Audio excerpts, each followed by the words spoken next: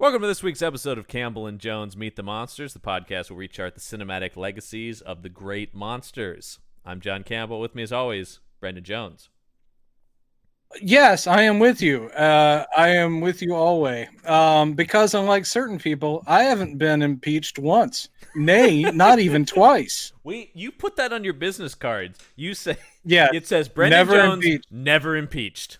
Never impeached. That doesn't say anything about what you do or services you offer. It just says, I was never impeached, so... I love the fact that I am the guy who's constantly bringing up references that will totally lock this podcast into a specific time. Yeah, well, and especially you like because... to keep things open and vague, and I'm like going, no, man, it's January 13th, and Trump just got impeached for the second time. This episode will probably come out like a month after we've recorded it, because we're That's okay. like 4 episodes ahead of what's coming out. I want to speak to our future selves and say, I'm sorry I didn't warn you about the radioactive dust storms. I don't know what the hell that means. We're just going to keep throwing stuff out, and it's going to land. If we keep throwing things to the future every episode. Oh my God, I just listened to that podcast, and they were so prescient. How did they know about the radioactive dust storms? It's like how people get creeped out about things The Simpsons predicted. They're like, what? Yeah. No way. No, it's just funny writers thinking of ridiculous scenarios, which of course will eventually happen. And also, when you made 500 episodes of The Simpsons, odds are you're going to go through every possibility. Yeah, eventually you're going to have planes hitting towers and, references to Donald Trump being president or whatever. Also, let's not forget about the time they predicted that incident with the hundreds of rakes. Poor Kelsey Grammer. That happened to him in real life. One of my favorite bits ever on television. Yeah, me too. Yeah. Watching that live and not knowing it in advance is like going, well, surely they'll stop now. It's the kind of joke they talk about, because I'm enough of a nerd to have listened to the commentaries on the Simpsons DVDs that they talk about. It's one of those jokes that they do a lot where it's something that goes on and it's funny. Then it keeps going. It's not funny. Then it keeps going to the point that it comes back around to being funny. Comes back around because you're laughing at the sheer audacity of them committing. Yeah, and if they did that, then Family Guy tripled down on that structure of joke. I think Family Guy saw that as their goal. It's like, you know what? Let's try to go farther than they ever did. And they succeeded. They went much farther than the not always to the benefit of comedy. No. Certainly. But they did that. Yeah. And of course, all of this brings us to The Mummy. How else? Yeah. Fox animated sitcoms leads us to 1959's The Mummy. Pardon me. Brendan, I didn't remember this, but somehow we just watched another Karras film. I know. Isn't that amazing? I did not have any memory of this being the Karras monster. Well, as I had said, I think the last time I saw this, I was a kid, and parts of it scared me back then. And I actually watching this, I was like, "Oh, that was the thing." Yeah. But it's not like details or plot or character names had lodged themselves in my brain. I couldn't remember when we were talking about this is what we're doing next. I was like, "Well, is it a full remake? Are they doing Imhotep? Surely they're not doing Karras." And then I'm watching going, oh, they are doing. Wow. I say they're doing Karras with a dash of Imhotep. Well, there is a character name that's a shout out to the 1930s mummy, but that's literally and the scroll. Yeah, two things that kind of the backstory that they give to Karras is a little bit more Imhotep. It's pretty much the same thing one they used in the Mummy's hand and the Mummy. Is that right? For Karras, yeah, because I guess Karras was already kind of ripping off Imhotep then. Yeah. It's all a big mishmash. I go over a little bit of that in my my intro.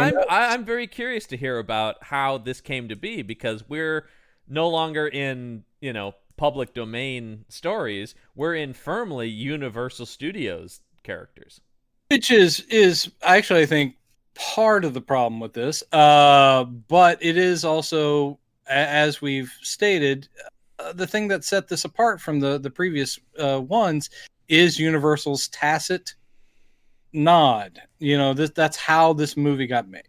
Mm-hmm. So yeah, I'll roll out a little bit of what I have. Let's hear some backstory and more factoids about Christopher Lee. Okay. Love it. So Hammer's new takes on classic monsters had been so successful on both sides of the Atlantic that soon after the box office for 1958's Dracula had been tallied, our old buddies, Universal International as they were now known, struck a deal with the little British studio, giving them official rights to remake 3 of their dusty masterpieces in exchange for exclusive distribution rights, Natch. One of the 3 would actually never be made. The Invisible Man. They never got around to it. Probably too cost ineffective. They were a little studio.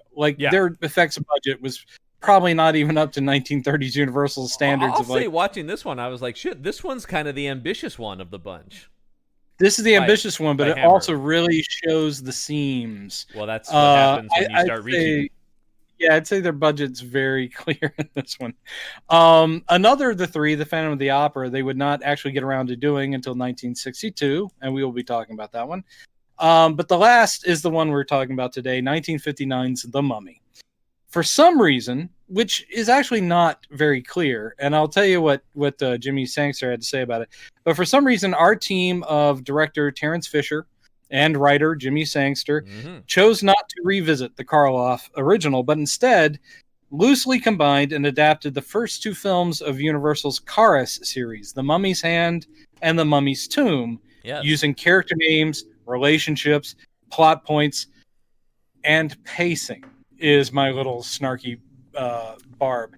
Now, Sangster himself said that he goes, and I don't believe it at all, but a quote of his was, he goes, yeah, people have pointed out to me, he goes, I must have remembered those movies from when I saw them, because how else would I have come up with the same character names and things like that? He goes, it's just funny because it must have made an impression because that was 35 years ago.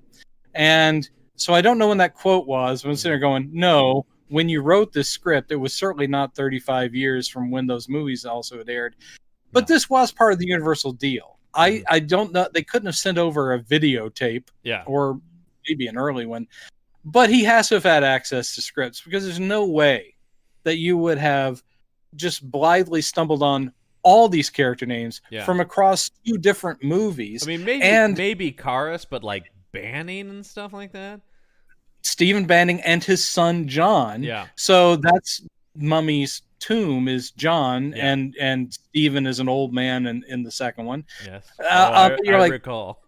Yeah, and you're just like, okay, all these things, and of course the Cult of Karnak, and you're like, what? That's not something you just randomly pull out of your head. So shut up, Sangster. I don't believe you.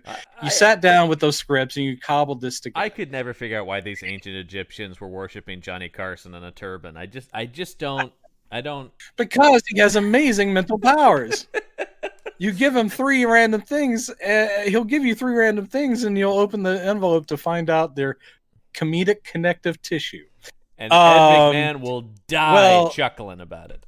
Also, the producer, one of the producers, was like, we've taken great pains. We brought in this Egyptologist expert to help us with all the historical accuracies. And then someone was like, yeah, but why are they worshiping Karnak, which was a place and not a god?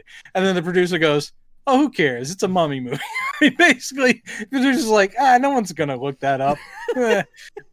They certainly didn't back in the 40s. I love the idea of committing and then immediately being like, yeah, but I know. But not, he's like bragging about like, oh, we did all this research. Yeah, well, then you would have found out there's no god, Karnak. It's a place. We did all the research. We didn't say we used any of the research we did.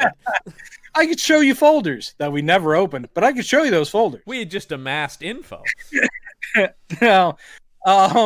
Now, it's easy for us to think today that the backlash against cinematic reboots is a modern phenomenon. But even back in the late 50s, some people were thrown by Hammer's retooling of these venerable films. When The Mummy premiered in September of 1959, there were actual picketers in front of the London Pavilion Theatre.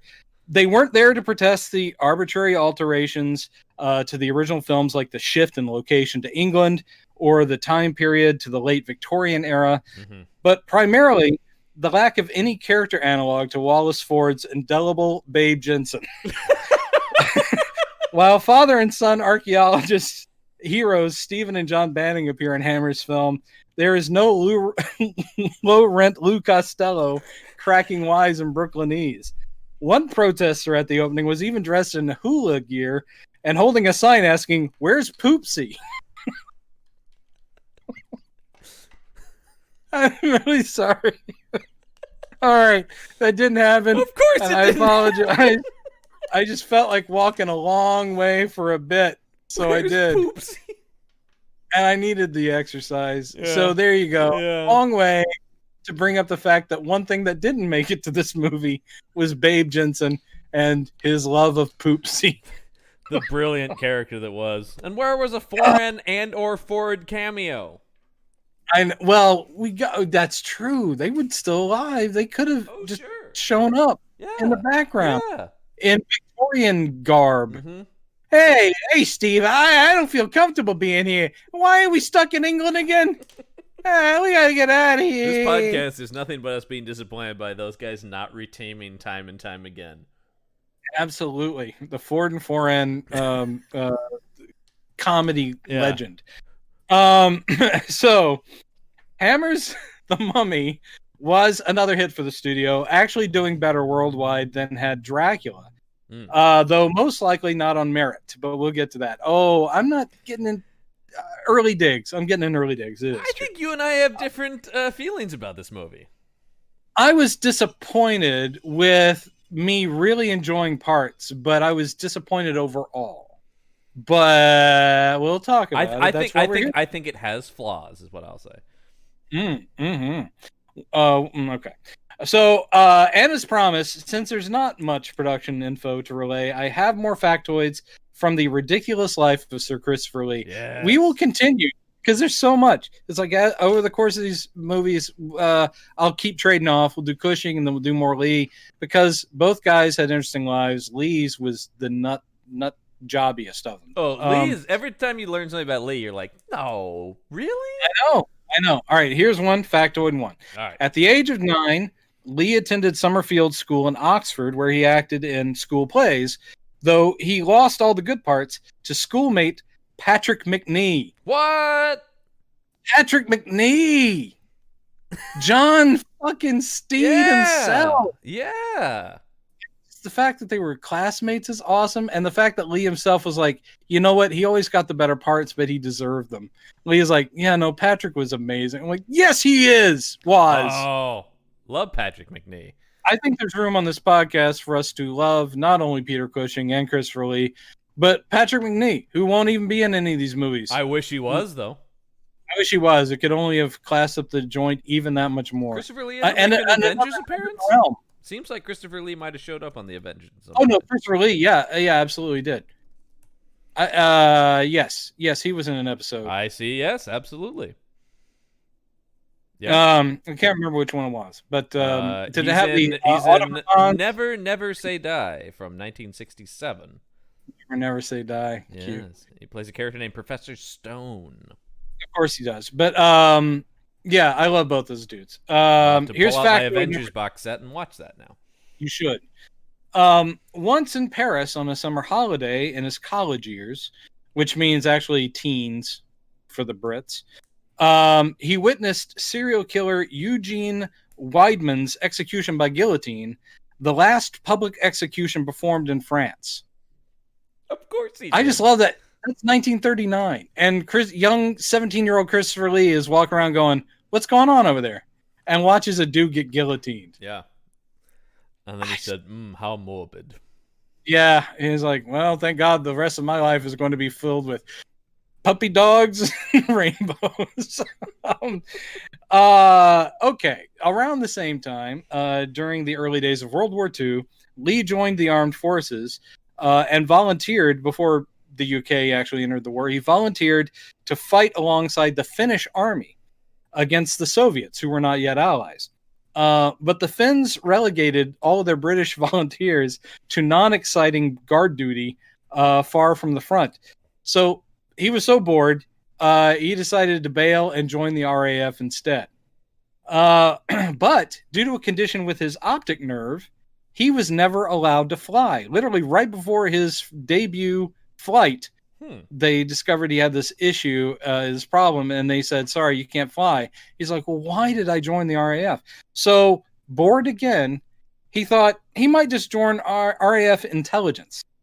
And that leads to more juicy factoids that'll have to wait for another day. In the ongoing adventures of Christopher Lee. Unbelievable stuff.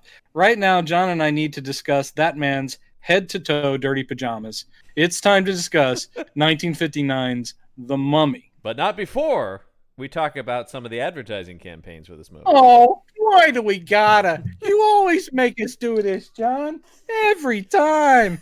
Where's Poopsie? Is that your Ford impression? No, I don't know. I can't remember if he actually sounds like that. He does. He was very Brooklynese. Hey, Steve. Hey, what's going on? We said they were sort of, B-level Abbott and Costello.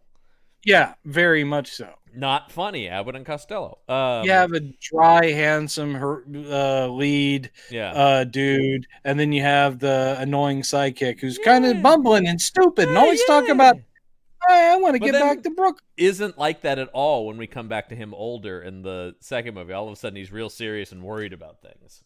Yeah, he's got little pince-nez glasses and a walrus mustache. Yeah. Oh, I wonder if we'll see anything like that transformation in this film. No, that's right. There's no Babe Jensen at all. All right. No. Babe Jensen sadly left on the cutting room floor. What a shame. Let's talk about, though, I have always loved the poster for this movie. It is an awesome poster, and as I also said, I had a fold out of this. Not like a nice reproduction, but probably something out of a magazine.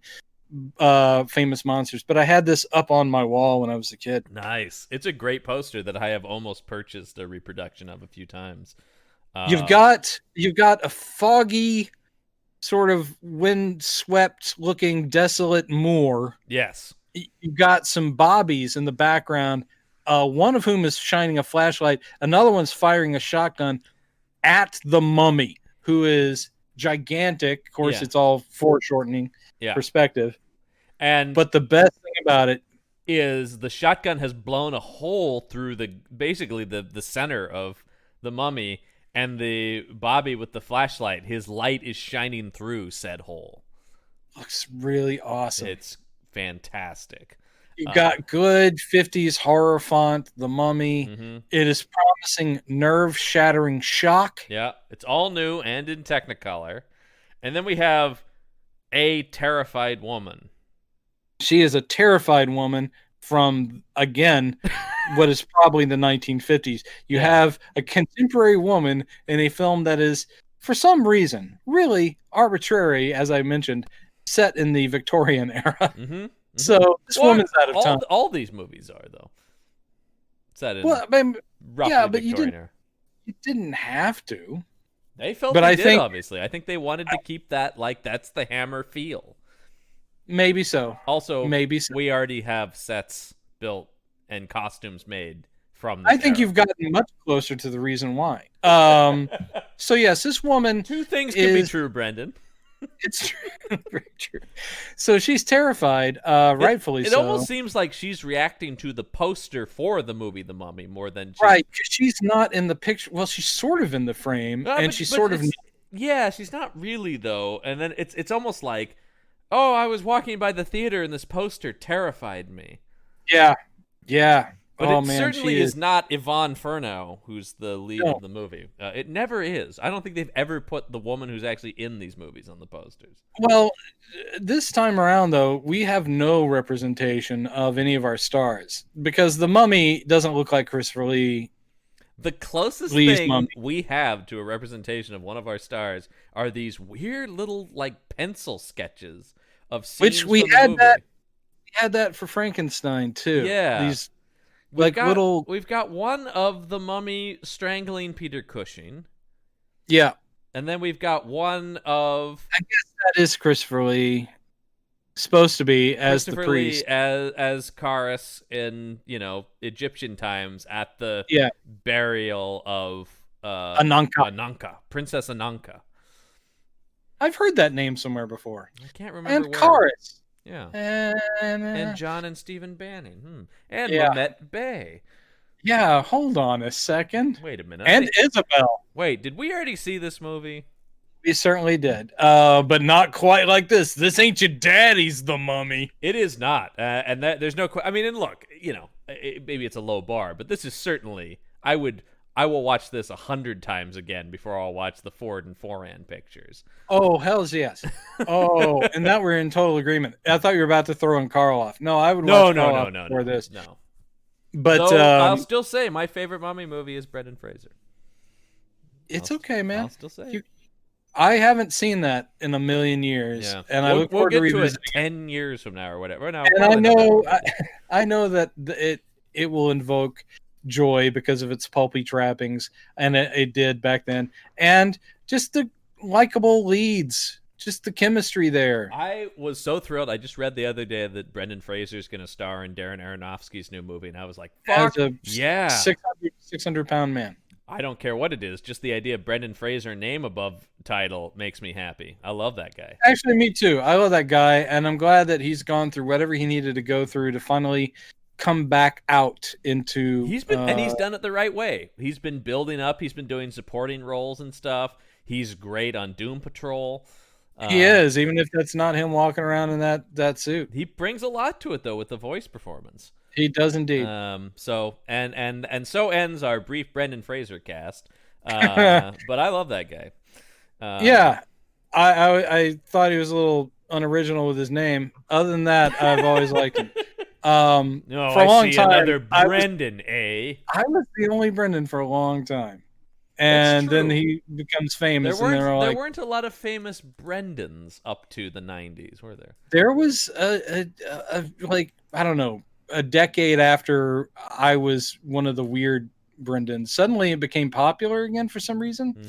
Mm-hmm. And then Brendan Fraser. So I remember in the 90s saying like, yeah, what's the name? Brendan Jones. Oh, Brendan like Brendan Fraser? And I'm like, yeah, exactly like him. My parents named me after him. They were psychics. They knew he was on the way. They heard Encino Man was going to rule. And it did. Let's talk about these. My parents were tossed between Paulie or Brendan. I ended up getting Brendan. And well, you know, one of these guys is going to be big. Paulie Jones. Anyway, so yes, the poster is pretty darn awesome. Yeah. Let's talk about some of these taglines. Some of which are more awesome than others. So yes, we have almost always the case. On the U.S. print ad, we have nerve-shattering shock. Then we have, I'll start with the lamest, which is Peter Cushing and Christopher Lee star as an ancient evil is unleashed on the world. Jesus. You just put me to sleep with that. Yeah, one. Doesn't that seem like that's what's written in the TV Guide description of this? That I think actually is credited to TV Guide. that was the little blurb in the Leonard Maltin's video guide. Yeah, and it's followed by the letters V for violence. And like, okay, I get it. And do you remember the little symbols he had for VHS and Laserdisc? What format it was available on? Yeah, it was like a dot and a triangle. Yes. I used to read that thing cover to cover every year and make a big and I'd highlight things I wanted to see, and it was that would be just the spine of it would be destroyed about 3 months into the year. Indeed. Yeah, that was my Bible, I remember the year he said, "Sorry, we're not putting it out anymore." I was like, "What?" I remember when he said that. What? I remember when he said that. I said, "You were still putting it out?" Also, a few years before that, they had started splitting it. Yeah. Like there was one for classics because they realized the book is too huge and most people don't give a shit that Leonard Maltin has seen every film since the creation of the medium. Yeah. So they're like going, yeah, we don't need to include things from 1912 and we don't need to talk about wings. Yeah. But also, it's just, you don't need a book to know what movies are available. Oh, snap. I know. That's me and my rant against books. Hey, why don't you join the protests over Pals? Look at that. Again, I'm being so timely that I've totally aged this podcast immediately. Yeah. Okay. So, we have them. They star as an ancient evil. Ancient evil is unleashed on the world. Then I like this is very much of its era, very 50s. Fear will freeze you when you face the Mummy. Yeah, well, no. When you face ... Yeah, but I'm gonna go ahead and infer that the title was below it. I was waiting to find out what it was going to be. When I face what? I need to What know. will freeze me? I need to know. Fear. I fear the fear. Torn from the tomb to terrify the world. Yeah, that's pretty good. Just like where Peter Cushing is. Well, basically a neighborhood. Again, this is pretty confined. Yeah. This is not a mummy with world, domination aspirations. Minute Bay is right down the street from Joseph Banning. Yeah, literally. It's a brisk walk. Especially for a guy who doesn't walk that well. He gets there pretty easily. He walks a lot better than Lon did. He walks a lot better. I love I was actually talking about Cushing being unable to walk. Oh yeah, of course. I love this because it's unlike a lot of Universal movies, this delivers on this promise. It snaps men's spines like matchsticks. It does, man. Yeah, that happens in this movie, and it rules. It's the thing I like. Yeah, I love this because it's like, what? And not true, also. It walks through steel like a ghost. It doesn't. Not at all. I love the fact that they put those two taglines together, and it seems like, well, shouldn't those be on one poster? It walks through steel like a ghost. It snaps men's spines like matchsticks. It does one of those things, but he's not intangible. No, he can break into a place covered by steel pretty easily, but we saw that. Yeah, we saw something. He had to kick at said steel. And then finally we come to my favorite here, which is its evil look brings madness. Its evil spell enslaves. Yeah, I don't think it does that, but its evil touch kills. It's great, man. Kills all in caps. 3 of them. Yeah. That's all I need. Yeah. They have sold me. I am buying my ticket. Yeah, sold. Right I'm away. in line. Yeah. And I will say that, I mean, this is a lethal mummy. This is not doughy, drunken, shambling Lon Chaney. This is a mummy who's ready to do some business. Karras killed plenty of people, especially in that second one when he's wiping people out left and right. You couldn't figure out how he was getting the upper hand on people, though. That's mummy true, actually is like, fuck, this guy. I mean, number one, just wrapping Cushing or Lee in anything. He's a huge dude. We're going to talk about his presence as Karras. But yeah, the whole thing of like, this does not have a scene like in, was it the third one where Lon creeps up on the couple in the parked car and they're and he's like 5 feet from him, they never notice him. Yeah, but he's reaching out and they drive off and he's like, wait. What do you know? This one doesn't have a bum arm, like it's just like, or a messed up eye. Like, he's functional. Yeah, no, he does move. Yeah. He moves. I like his body acting. I think Lee does a really good job of bringing presence to this stalking killer monster. Yes.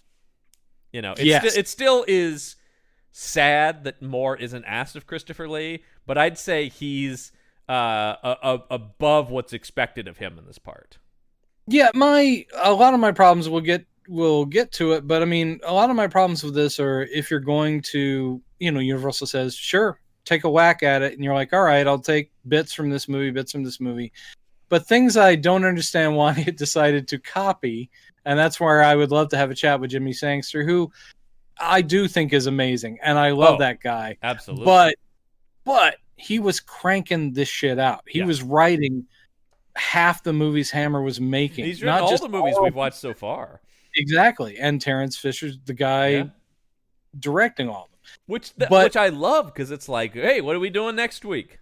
Yeah, it is. It's very factory. Yeah. But things I don't know why you would bring over is the reliance on so much expository flashbacks.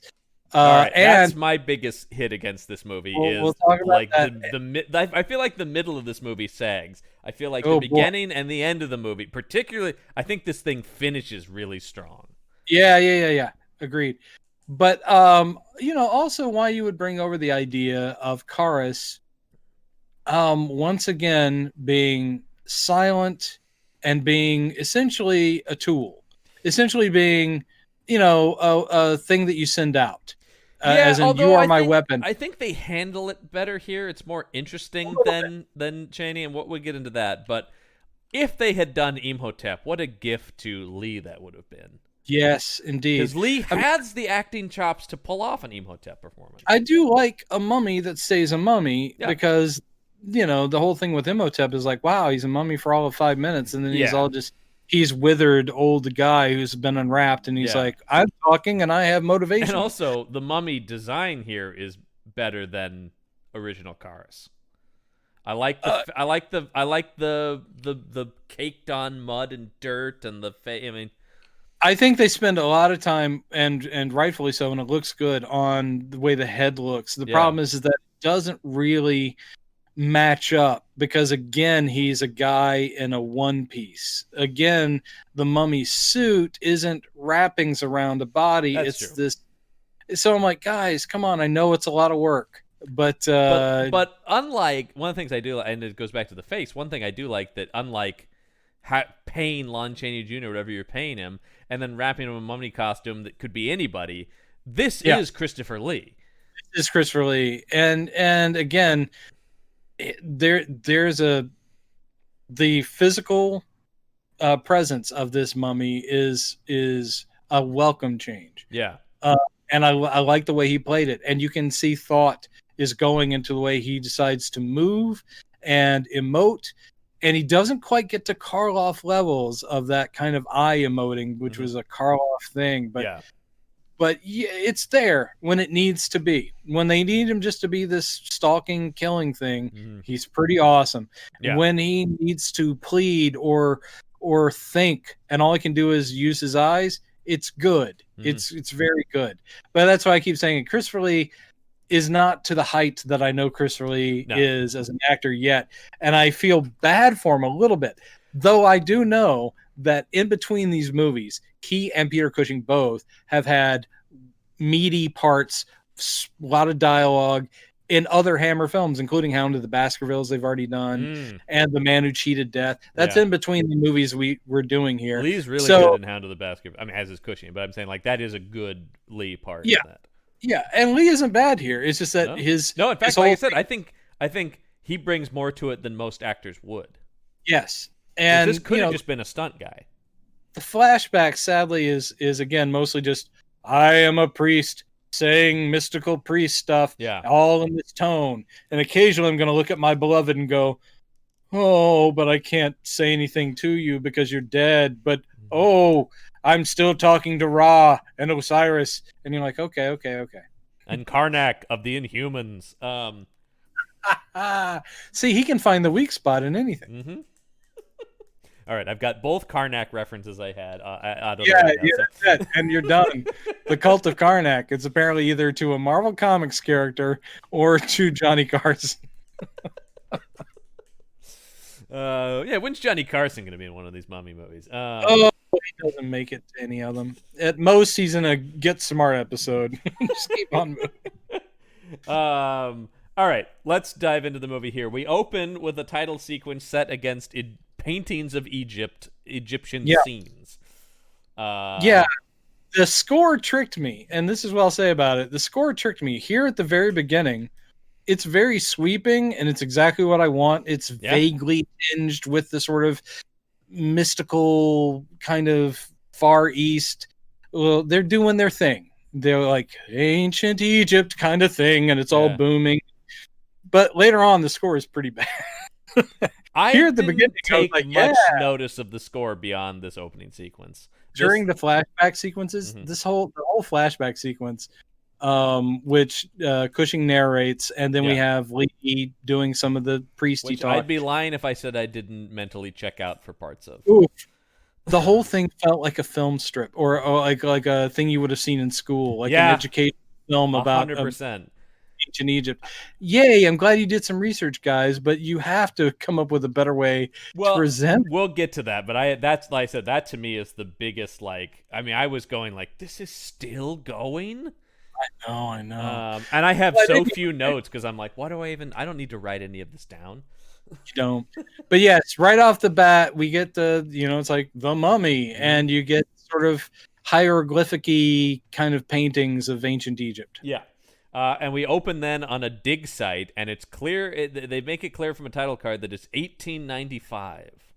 Yeah. Again, it's a weird switch. And at this point, I'm like, great, because I have no idea at that early stage I was going to be watching a reboot. So I'm like, tell me this whole new story. It's not quite all new. No, it's it's actually kind of a modern thing where they're like, what if we took these two movies and kind of combined them together, and like it's a reboot. Well, I still wasn't suspecting anything until they said the name Ananka. When they said Ananka, I was like, what? Because right off the bat, we have an archaeologist, older gentleman, named Steve, or Steven. Steven. We have his brother, Joe. Joe. Mm-hmm. Yeah. No. Yeah. Yes. I just watched it. Right. Yeah, but his full name is Joseph Wimple. Cushing keeps calling him Uncle Joe. That's right. We don't find out the last name till later, but that is the callback to the 1930s Mummy. Right. But yeah, so he's the brother of the older archaeologist, and they're talking about Stephen's son, John, who that guy, his leg got fucked up. Yeah. Sometime before the start of the movie, Peter Cushing broke his leg in this film for some reason. And they're talking about like, oh, well, we haven't found anything yet, but the signs are encouraging. Well, the first thing they find is this thing. Then they're like, this artifact. They're like, look at this. It's a badge. Yeah. Like a stamp that has like hieroglyphics on it. They read it like, go, no, this definitely indicates that it's from Ananka's tomb. And it's another, being very true to the Universal presentation, it's a bunch of dark-skinned people digging and a few old white dudes standing around. Yep. Yeah. Well, they've hired some locals. Mm-hmm. And by locals, I want to say, here's the difference. Here's Hammer in the 50s making this film instead of Universal in the 30s or 40s.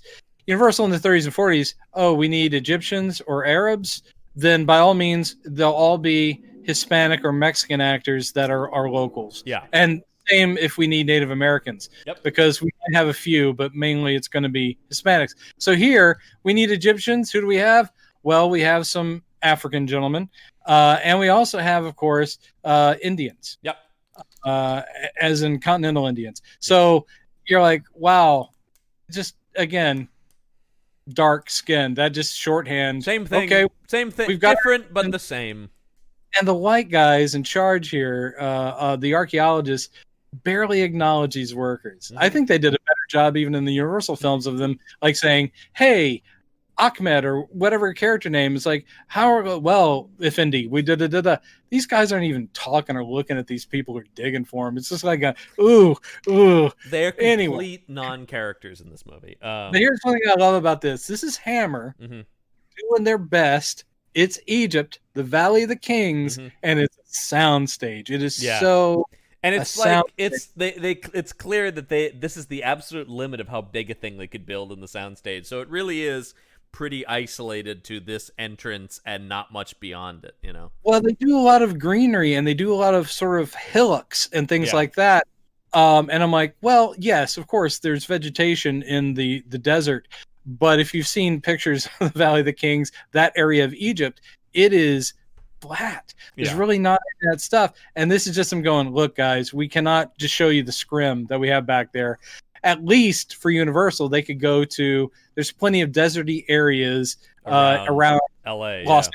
Yeah, so that's how you can go, oh, well, I know that's Burbank, but at least it's passably a desert scene. Always Burbank.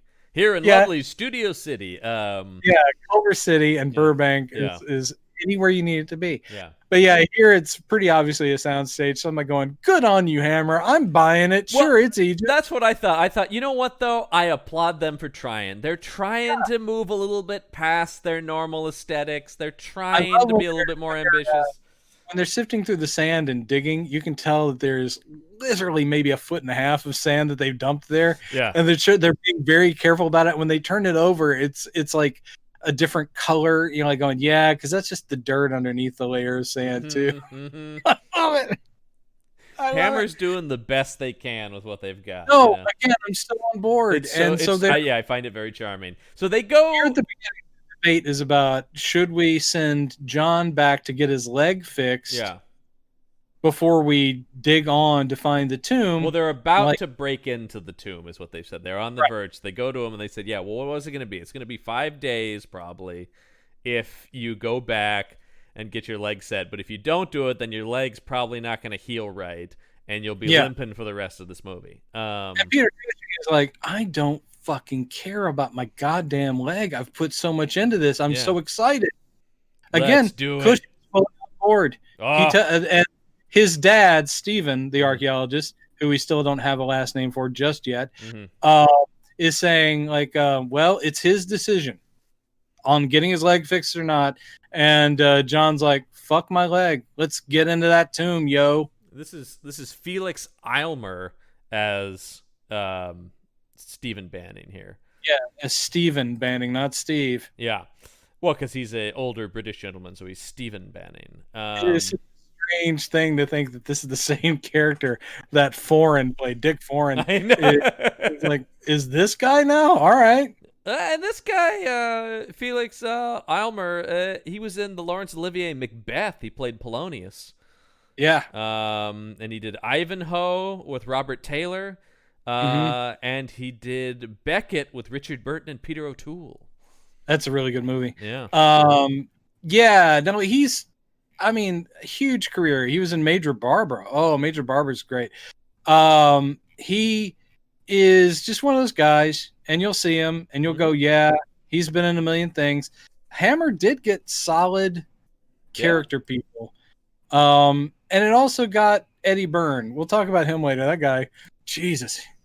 That was and I know he did other things and important things, but God, is he terrible in this as the inspector. We'll get to him. I kind of love him in a not maybe sincere way, but his presence in this movie is, I find, very amusing. It's a weird performance. It's a super weird performance. I'll say this. Couldn't take my eyes off him whenever he was on the screen, but it was more out of what is he doing? He'll get a line dead on. You're like, that's exactly the way you'd have done that line. And the next line, you sound like he's just reading from a phone book. And then his accent, you're like, dude, you're Irish. Why aren't you just Irish right now instead of pretending you're American? He's doing this weird. Right. He's just sort of doing like well, we'll get to him. We're not to him yet. Yeah. Okay. So they do end up breaking through into the tomb. Joe and Stephen go into the tomb, and they're like, "Look at this! It's sealed, and it's the royal seal of Ananka. So this must be it." And Stephen just pulls out a knife, cuts the seal open. I love these movies, and it's true. Before he does this, we do have to bring. They break through, but before they go in, I forgot this. Mehmet Bey shows up. That's true, right? Mehmet Bey shows up, looking and like I do in the Tesla City stories that we do. he looks a little closer to the mark. I will say this, just a tad. You've never darkened your skin. Yeah, because I don't want people rioting at the theater. I applaud that choice. We don't need people picketing us. We don't. But yes, he's got the fez on, and I'll give this for Mehmet Bey. Mm-hmm. He gives him a solid choice, and he is very well spoken. Yeah, and says, "Look, I'm just warning you. Okay, you don't want to open that because you know what they say. With one thing, this is sacrilege to our dead, and also, if you open the tomb, you're gonna misfortune will befall you." And they're like, yeah, thanks for the warning. Now get the fuck out of here. So this guy who plays Mehmet Bey, George Pastel, is another Bond person, kind of. He plays the train conductor in From Russia with Love. That's a tiny part.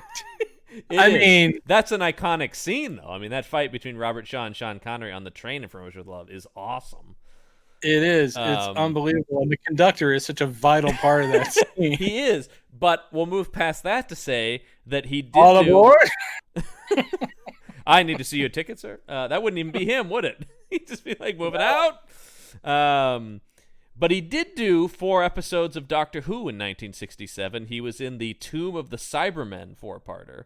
Oh, then I have seen him. Yeah. I've watched That's Patrick Troughton, Doctor Who. And it's good stuff. Yeah, he's in all 4 of those episodes. So, that's awesome. Seems like a guy who didn't do a ton. Well, did a bunch of stuff, but like little parts in a bunch of stuff. And let's not forget he was also in Conga. Who could forget? It's just so good, man. He was also Conga. He's also him and Michael Goff. Yes, facing off against a giant gorilla. And I love that when you go to his IMDb page, the trailer for that movie is the video that pops up. As well it should. And it's just a close-up shot of the gorilla. Also, speaking of Patrick Macnee, he was in an episode of The Avengers, this guy. So nice. Yeah. It looks like he wore a fez more often than not. So yes, he wore a lot of fezzes. I was looking at his photo. He had that look, I guess. He was Greek. Yeah, there you go. Ooh, here he is in a fez in an episode of The Saint. Yeah, there you go. Yeah. So that he definitely, I will say this, he's good in this. And in fact, perhaps my entire favorite scene in this movie is him and Peter Cushing later in the movie. Oh, unquestionably, that's the best scene in this movie. It's a scene where the writer and the actors are like, let's step this up a notch. And what's more, make a point. And in a weird way, yes, Mehmet Bey, he's an extremist and a killer. Mm-hmm. But he's not wrong. He's not wrong. He's just an asshole. Yeah, that's right. Kind of on his side, because the whole movie does point up, as some of the Indiana Jones films too do as well, that a lot of archaeology is also just tomb thievery, is desecration of burial places, and that ain't right. That shit ain't right. And we will see this guy again in the next Hammer Mummy movie. Well, I'm down for that. So we'll talk about him again. Clearly, I'm also contractually obligated to watch it. So thanks, John, for locking me into that contract. Yeah, it's pretty binding. I had my lawyers really do a number there. I believe in free will and free choice, but apparently not when it comes to podcasting. No. The people who do shows with me are locked in. You're going nowhere. Here we go. So yeah, he comes and he's like, "Hey, don't go in there." All right, and they go, sorry, dude. He's like, you don't know what kind of dangers are in there, and you don't know what kind of consequences you're gonna face. So, word of friendly warning. Don't do it, because then he says something in Egyptian that he then translates to, "He who robs the graves of Egypt dies." Yeah. And I like that they're like, oh, whatever. They really do. I mean, it is almost like, yeah, thanks. Yeah. And so then they just charge on in there, as we previously stated, and Steven just cuts open the seal on the tomb. That's what I was getting to, is I love that they do that in all of these mummy films, is that, they may have done a little bit of reading in, National Geographic or whatever about how archaeologists actually do this, and decided that's not cinematic enough, because archaeologists spend days, weeks preparing for just how to introduce outside air into these tombs, right. Because they're worried about the stuff that's inside. Plus, there are gases and things built up in there that you have to watch out for, and you could also, there are all kinds of viruses you could possibly catch. So the one thing this movie does is, at one point, because it's just the two old dudes. Mm-hmm. So Steven tells his brother, he goes, I know you're not an archaeologist, but you may want to hold your breath when I do this. I'm about to open this door. It hasn't been opened in thousands of years. You might want to hold your breath for a second. And this movie... These guys have a real just kicking indoors approach to archaeology. Pretty much. And there's again, there's some nice set decoration and design on a budget here. Yeah. But I was like, really? No falling sand or dust when they open the door. The door opens totally quietly. He just sort of moves it to the side. I'm like, there's no creaking of wood or anything. He's like, no, just shoves it. And when they get into that tomb, it cracked me up. I was like, where's the green gel lighting coming from? I know, I did, yeah.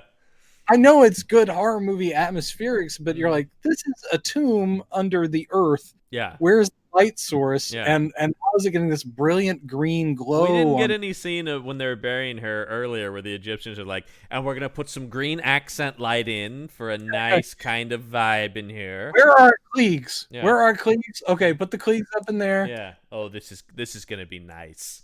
This is going to be a real mellow evening setting in here. Kind of a 70s track lighting vibe. Very, very, very laid back. So yeah, they break in and there it is. There's the sarcophagus and the stuff, the various treasures. And Steven's like, we've done it. And Joe runs back out, leaving Steven there to yell to the workers, we found it, everybody! And everybody's applauding and going like, yeah, all right. His tomb, and basically his reason for jetting is, I'm going to go tell your son. Yeah. And I do like the fact that Steven is so wrapped up in this that he's like, huh? Yeah, okay, fine. Yeah. Like he's still, I mean, this is the find of a lifetime. He's already reading hieroglyphics and he's like, what? You want to go tell John? Yeah, that's a good idea. Sure. I'll be in here.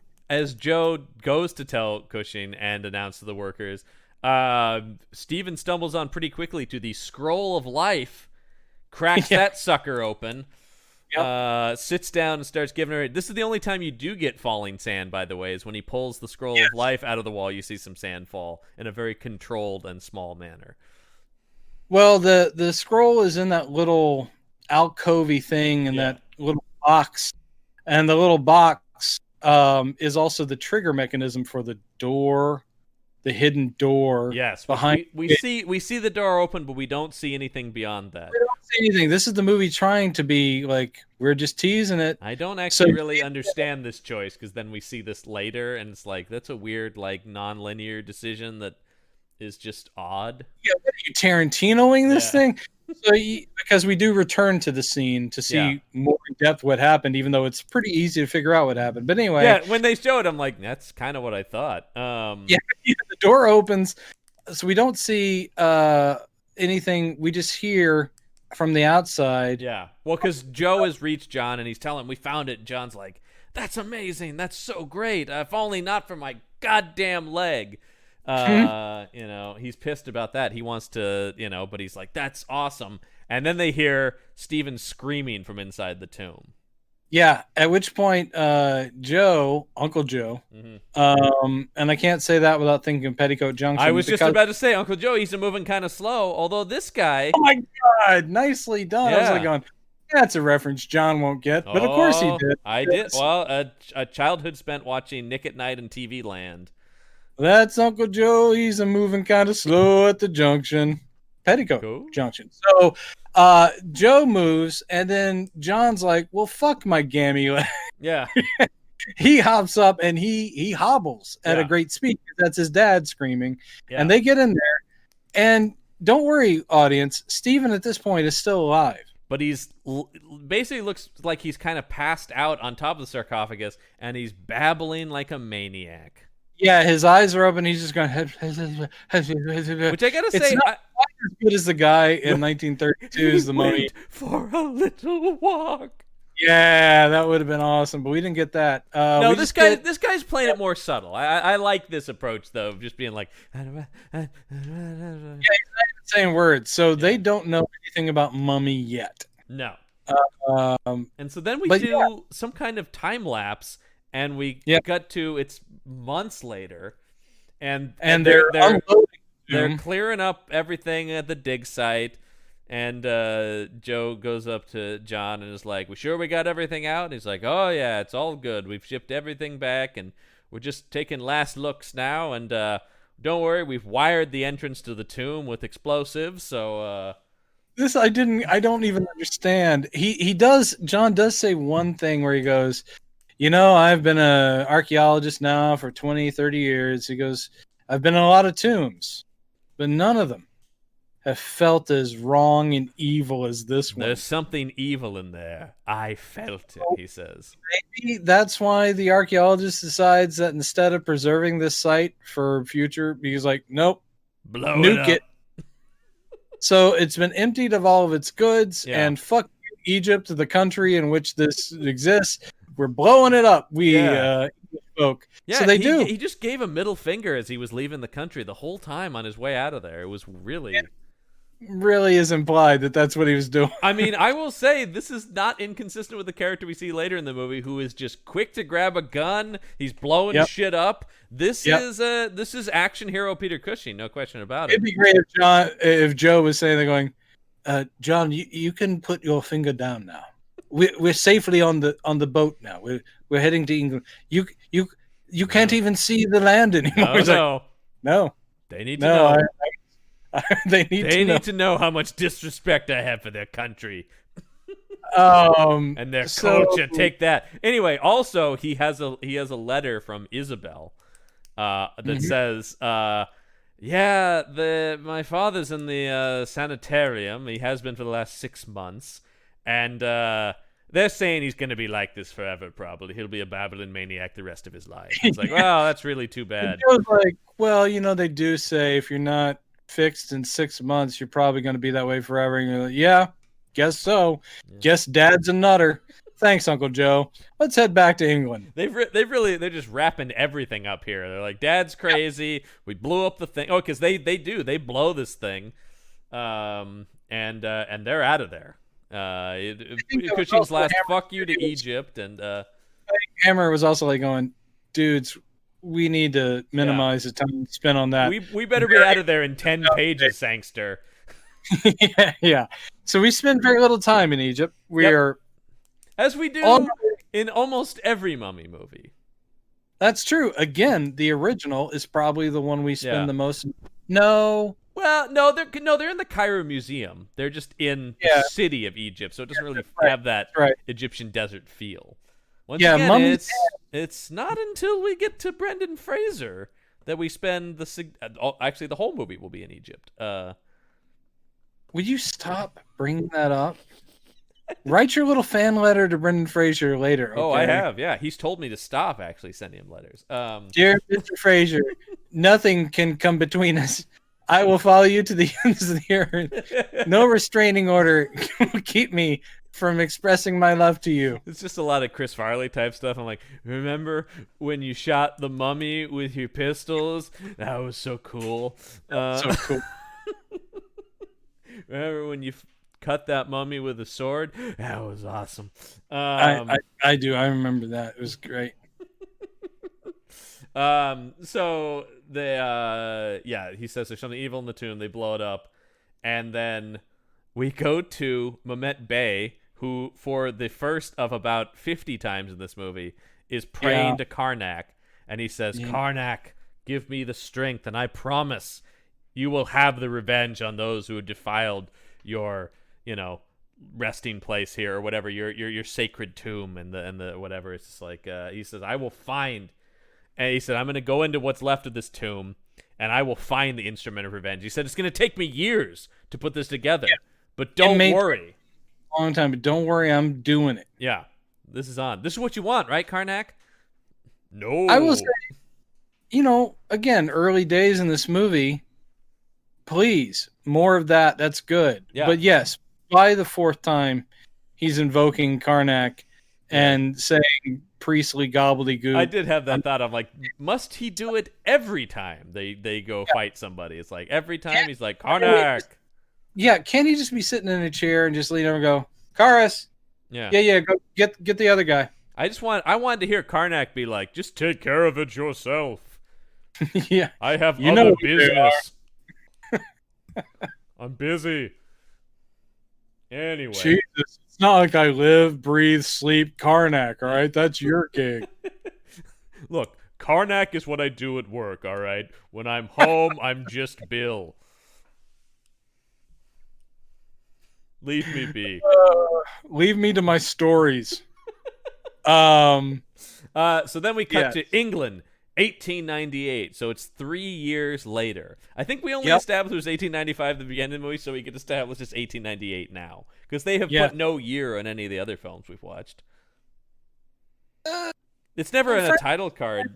I mean, maybe somebody says what year it is. Does they say 1860 on a title card? Oh, they did say that, didn't they? The events that took place. Yeah, I guess you're right. But regardless, I mean, they make a big deal about the year here, though, because I'm sure someone's sitting down there actually keeping track of all this, going, "Oh yes, perfect." And while Dr. Frankenstein's doing this, Steve Banning and no.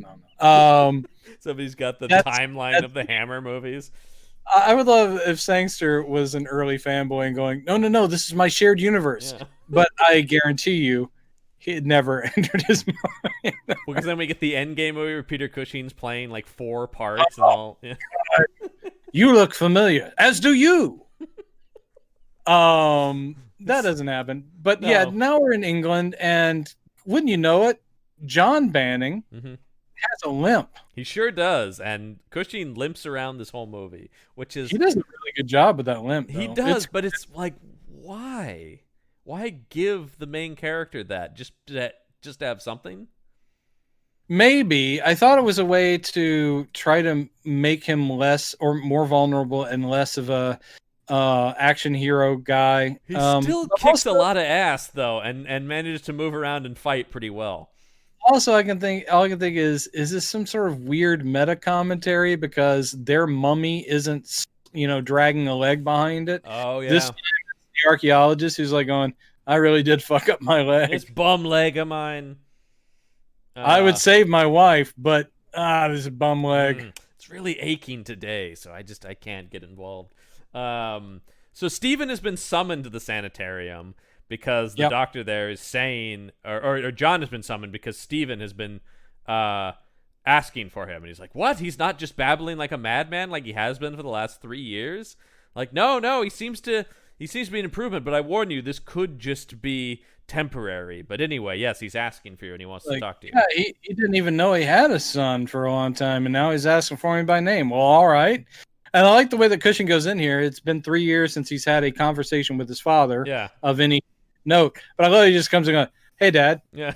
I think it would be more like it's John. You know me, right? Yeah. Your son, John. It would be like, my God, Father, you've regained your sanity. Instead, it's just like, what's up?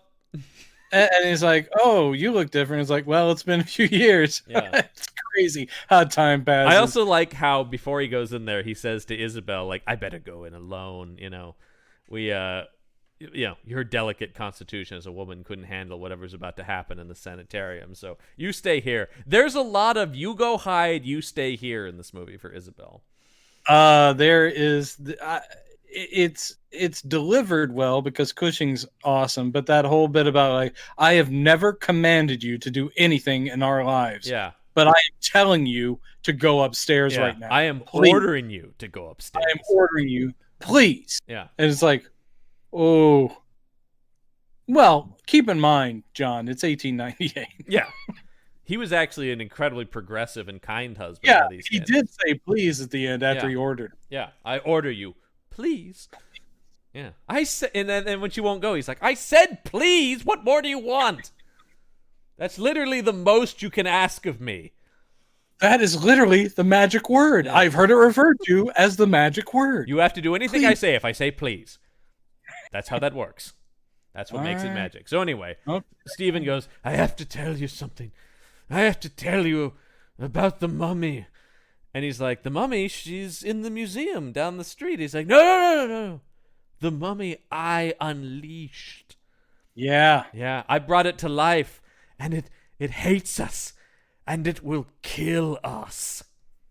I did like that, where he goes, it hates us. We're the bad guys in this. That thing is anti-us. Yeah. And John clearly is just like, oh, he still is crazy.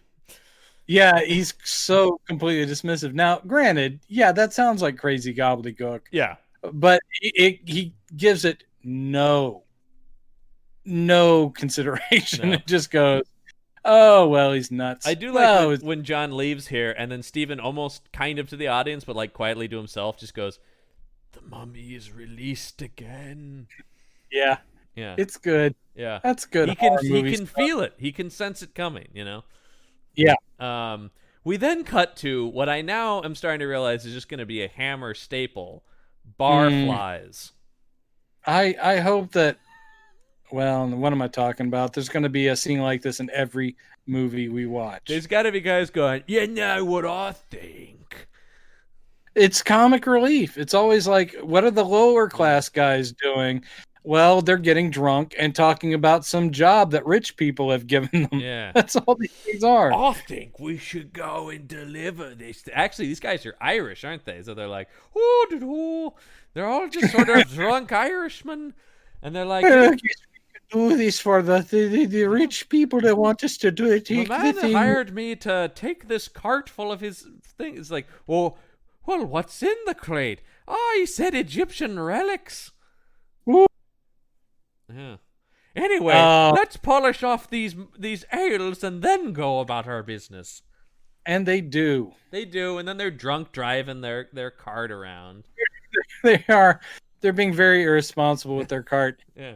And as they're going over again, it's Hammer's budget. We're gonna see this same little stretch about 8 times. Yeah. Dressed slightly different. They might move a tree or two, but it's the same bend in the road, same curve. Yeah. So they're going around. Oh, things are bumping. Mm-hmm. Hey, try to keep that slow down a bit, because when you hit those bumps, the crate keeps jumping. Mm-hmm. And then the crate is moving on its own. Mm-hmm. And then the crate slides off of the cart and into the bog. This is what I mean, that's so convenient. But I sit there going, okay, I'm sure they're taking other things to this guy, but you think they wouldn't have stopped and gone, the main thing, the biggest thing in the back of the cart. Yeah. Probably the most important part of this collection. We know, because that's not something you can easily miss. It has gone into the bog, but they don't seem to come back to for like hours later. They've delivered everything else. Because we cut to now it's morning and the police are there going, all right, then what was it? We do get a total, all right, what's all this then, constable here. Going, hey. It's a great big box. What was in it? Egyptian artifacts. Oh, Egyptian artifacts, you say. He's like, that bog is it's bottomless. It's a bottomless swamp. There's no way we'll find it. Yeah, it's just gone. Yeah, because then Mehmet Bey shows up and he's like, yes, I would like to inquire about the box. Who are you? I'm the person who owns the box. Yeah, they're like, what are you, some sort of Egyptian? Yes. There's this whole thing in this movie where they're like going, are you saying that an Egyptian person lives in this area? Yeah. Where only white British people live? I don't understand. And he's Egyptian, you say? Yeah. Egyptian? Anyway, he goes, so there's no hope of finding? He's like, probably not. And Mehmet Bey goes, all right, well then goodbye. Okay then. Well, I will contact the insurance company and let them know I'll file a claim. Yeah. So then we cut back to the sanitarium, and the doctor is talking to John, going like, oh, here's some bad news. Your father turned violent now. We had to put him in a padded cell. He's crazy now. Yeah. He's gone round the bend. Yeah. I'm sorry, but there's no way. And Cushing's like, really? A padded cell? Is that necessary? They're like, oh, yeah. You got to see how nuts he is now. And he goes, I don't understand. My father has no enemies. Why would he be in such terror? You know, aside from yesterday when he was telling me about the mummy that's hunting us. Yeah, maybe the whole thing about there's someone who hates us and is going to kill us all. Even if you don't believe it's a mummy, aren't you going to investigate what he could have been talking about? Yeah, and you could see the levels of his concern and maybe act accordingly, whether or not you believe what he's talking about. And so then we have it's night now, and Mehmet Bey comes out to the bog, And he's once again praying to Karnak, going, "Oh, Karnak, hey, you know what? I need the strength right now. Help me get this mummy out of this bog. I'm going to read from the Scroll of Life, and then this mummy and I are going to get up to some shenanigans."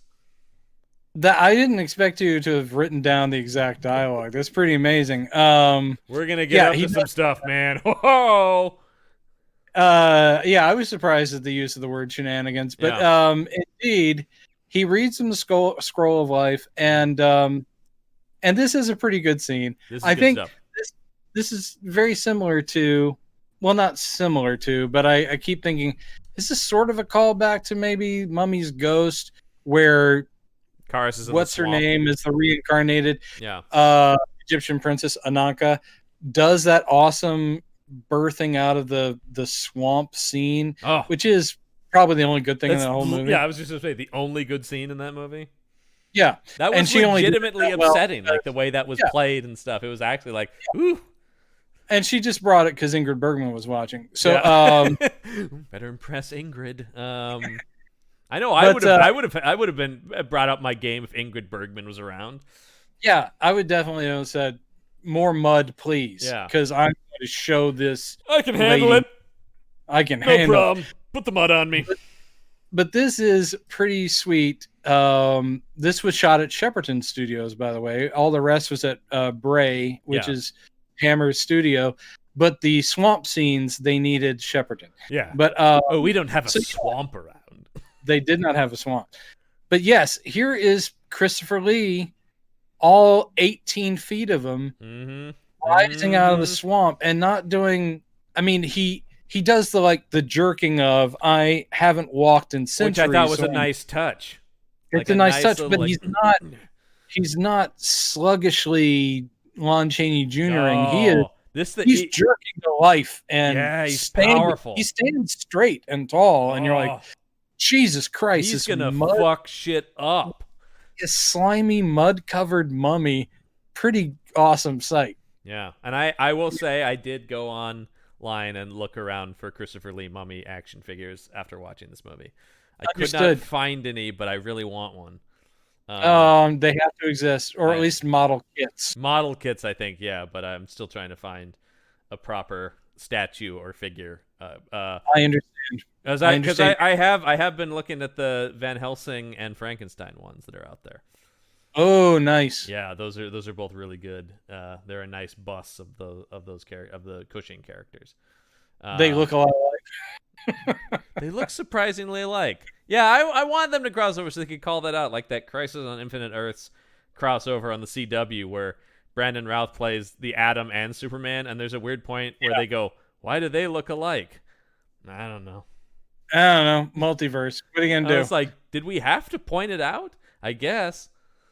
I actually think they did have to. Because it's too weird. Why Superman looks exactly like Dr. Ray Palmer? And that should never happen.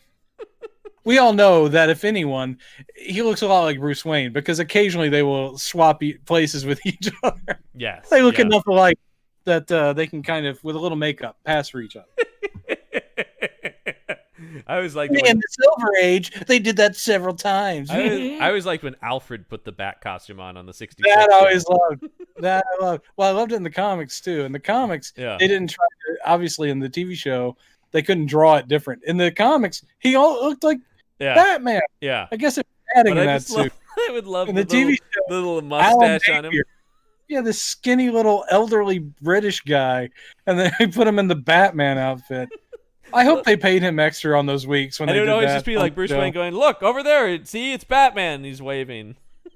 Yeah, like, no, we're not the same person. No, that's him down there in the Batmobile. Yeah, don't get too close. So yeah, so this is it's like he's growing out his mustache. Well, good for you, Batman. He's trying a new look. I love it, Batman. It's very becoming. So this is a great introduction to Lee's mummy, though. Yeah. It is like, and when this happened, I was watching, just going like, oh yeah, like I'm rubbing my hands together, going, I can't wait to see what this thing does. Same here. I'm on board.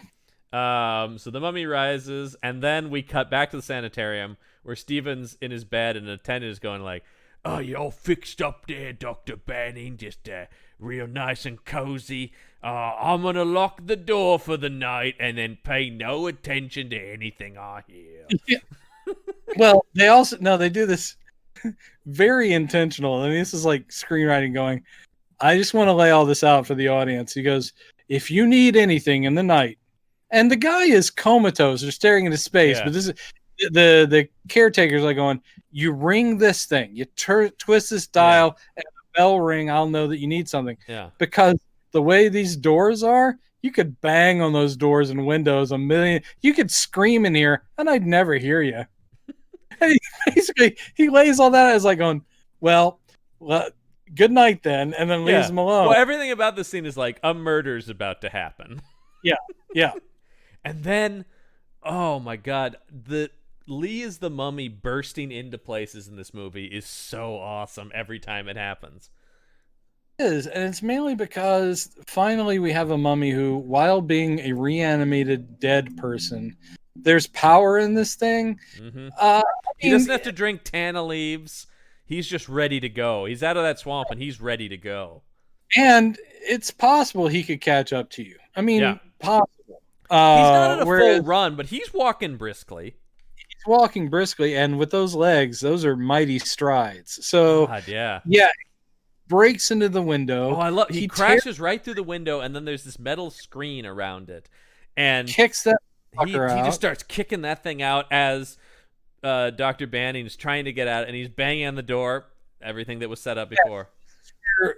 We heard literally a minute before that the only way the guy would hear him is if he turned the little knob. He never turns the knob because he paid attention. So he's banging. He's like, help me, help. And he's banging on the door like, you're dead, and the mummy just drops into the room then and goes right at him and one-handed strangles him because he was, Cheney as Karis was strangling people, but it always felt kind of weak. This is just, you watch him choke the life out of this guy. Yep. And we sit there for a while with it. It's not a quick thing. It's like he holds him down one-handed and kills him, and it's awesome. This mummy, this is a badass Karis. This is a badass Karis. Are you saying this is your favorite kill of the movie? Is it my favorite kill of the movie? No. This isn't snapping spines like Matchstick. Of course that's my favorite kill of the movie. Yes, understood. When he pulls a Bane on a guy. Yeah, it's pretty awesome. So we then cut to the police have arrived, and it's later, and they're talking to they're giving almost like a press conference. It's the medical examiner talking to a group of people, and there's a guy taking notes, and John is there, and John and Isabel are there with Uncle Joe. And it's this guy going like, well, from everything we've deemed it was clearly some sort of homicidal maniac.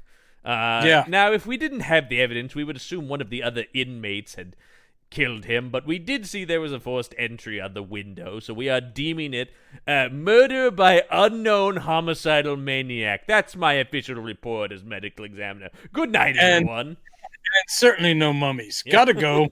I see no evidence of any mummy killing here. They don't do the mold on the neck thing from the Universal movies. No, they never do, and I kept expecting that. It's like because it would have been a nice touch if they had found the stuff from the bog, and they're like, "Wow, that's interesting." Because one thing I do, well, I mean, at this point, from this point on, modern day Karis, when we see him, is always dirty. Yeah, it's like. The guy had been in a shower, Karis. He had been in a tomb for thousands of years, and then he ends up in a bog. And at no point did Mehmet Bey just like, you know what?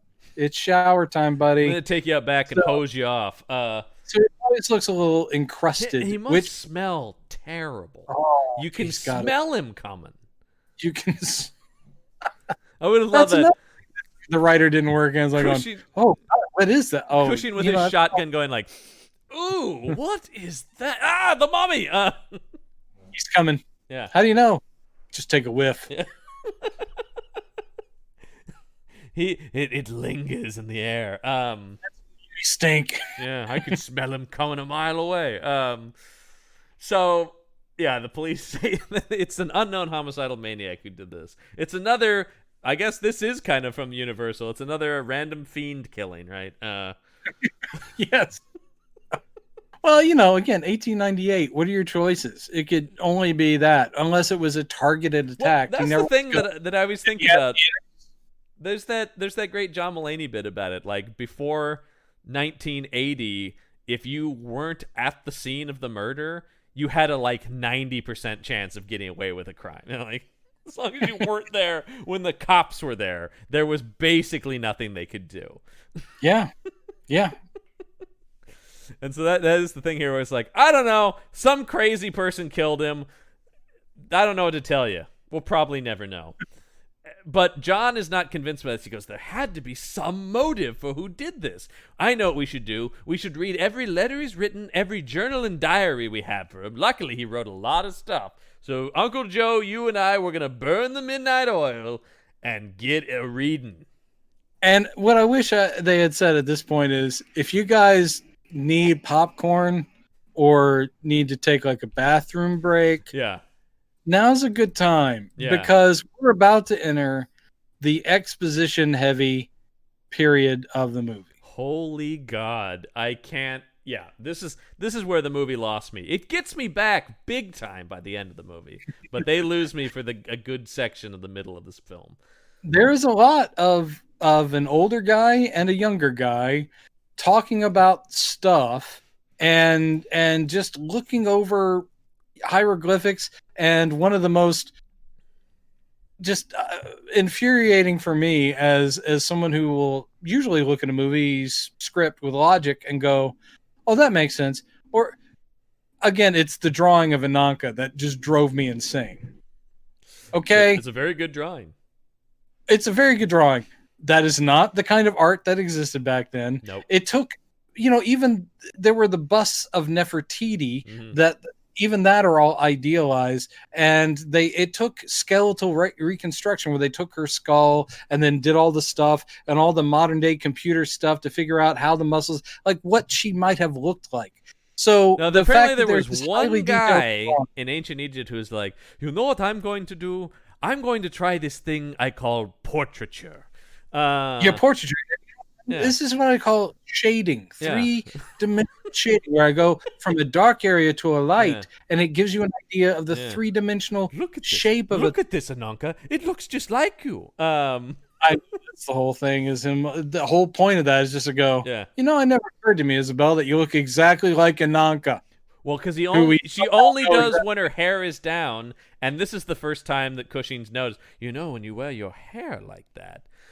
Oh my goodness! I mean, this has to be included in every Mummy movie, doesn't it? There's always some girl who looks like. Even my beloved Brendan Fraser films get to it in movie 2. Mummy Returns. Rachel Weisz looks like the daughter of the pharaoh, I think is what it is. You could say that it's a trope. I mean, you could say that it's just. Again, this is literally Sangster melding plot points from 2 different movies, and once again, criticisms noted. A still much better movie than the 2 movies he's melding together into this thing. Yeah. This thing is watchable aside from this extended backstory sequence. But this is well, you actually wrote the notes, so I don't mean to jump ahead, but is this where he basically says, how much do you know about the story of Ananka and Karis? They're going through the notes and stuff like that, and he goes, my father did talk about this whole thing that he had. My father said he unleashed a mummy.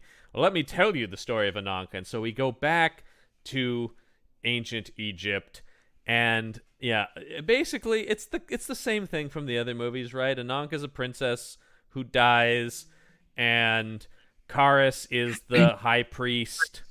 And he sacrilege because he loves her and going to use the scroll of life. I'm not sure what else that thing is supposed to be used for if it's not to bring people back. Well, I love the idea of here, we've got this formula for how to bring people back from the dead, but don't ever use it. Well, that's like the tree of knowledge in the Old Testament. Yeah. You can have all the knowledge you want, but just don't eat that fruit. Yeah. But anyway, so so here's the thing. if you wanted to see Christopher Lee talk in this film, then you do need to stick around for this. Also, you will see their painstaking, on a budget, recreation of ancient Egypt. You get to see an ancient Egyptian princess with the most lovely auburn hair and modern makeup, because that's what they look like. And you get to almost see her naked. French woman. Oh, that's right. You do. We have strategically placed pillars blocking us from seeing anything. I don't want us to come across as creepy, but I think that's too late. But with the Hammer films, it is almost worth tracking. We're tracking the things that Hammer was. We're not here to be like, that's right, we almost saw naked this time. But it is just the content of Hammer. We see it and them pushing the envelope slightly each time. The pleasure of doing these things chronologically is we're seeing these things come into being. We're seeing the tropes as they're made. Even in the Universal movies we're watching as all that stuff became, standard. But here, Hammer's like, okay, it's 59. What can we get away with? And the answer is almost boobs. Yeah, Ananka is dead. So they do talk about actual mummification procedures. So her body is laid out, unclothed, and they're going to oil it down. But there are these conveniently placed pillars where it's like, you see some belly, you see some side of the leg, you see she could be totally topless, but you can't tell because of that pillar. But then you do see like 3 women, aggressively rubbing oil on her chest. Yes. Yeah. Yes. Well, I got to go back to the guy in our ongoing character of the guy in the movie theater. Number one, I'm sure this guy is leaning to the left and into the right, trying to look around this pillar somehow. Yeah. I can't. Oh man! It's just like when I went to that 3D movie and I couldn't grab the creature's hand. He was waving. Hey, come here, creature! Get over here! Hey. This guy's just like, oh my god! I'm just imagining what's behind that pillar, and it's awesome. So this is Hammer again. I mean, this had to be a little grabbing at the, a little hot under the collar for 59 audiences, didn't it? It's just like, we almost seen things. Handmaidens later on are wearing transparent tops, but they're wearing these pasties or something. Tops will become a frequent appearance in Hammer movies, along with translucent nightgowns and translucent nightgown, but not as translucent as they will become. No, still 1959. I am curious when they are going to take the full step over into actual female nudity in these movies. We'll find out. I think probably it's later days, so I'm thinking like 64-ish. Yeah, that seems about right. And I bet it's going to be a Dracula movie. I just have a feeling. Frankenstein would go, they always have like lusty ladies. He will create woman. So gonna create a woman. She's blonde. I always like the blonde. He says no. Oh yes, sure, brunette. But no, to me, the true perfection, a blonde. We see the embalming, and then the fucking detail of and then they carried this thing with them into the tomb, for it represented this, and then this was why they did the procession this way, and I'm just going like, oh my god. He's really walking. Well, it is a combo. You get Cushing doing the professorial, I'm telling you all this exposition, and he's doing it in a great Peter Cushing way, he's dry. He's never bad in anything. I mean, but yeah, good luck anybody making this. And Lee, when he gets to speak, as I said, sadly, there are no scenes in this of the high priest conferring with someone as in conversation. There's not even a scene of him speaking. I kept thinking he would say something when he was alone with Ananka's body, that he would say, "Oh, my darling," or something. Beloved, we shall soon be together again, or something, anything like that. He was priesty, jibber jabber, talking to Karnak and Cyrus and Ra, and bizarre knowing Cushing, through his whole career, and certainly like his later works, that you're just like, why aren't they giving him more? We know he's an actor capable of it. I'm sorry, Lee. I will continue to mix those two up. They're giving Cushing everything. Again, why? I mean, because Lee is so good, and we know how good he is, and it's just like they're just like, no, you know what? The monster for him. But I will also say, even let's keep in mind that from the time we've started with Frankenstein, Chris Frankenstein, this is still only 2 years.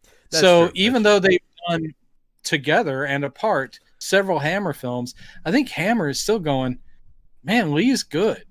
But Cushing, 2 years in, is still their big name. He's the big TV star. He's the guy who's the marquee value. One thing I did notice about this, though, early in the movie is this is the first Lee name above title, though. It's Peter Cushing, Christopher Lee in The Mummy.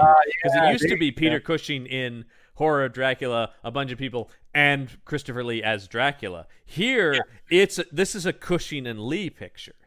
Yeah. So there's no question that like they're seeing that Lee is gaining popularity with an audience. Yes. And it's about fucking time. But he's awesome. And Cushing, they're both great. You don't have to choose one or the other. Let them equally share the screen.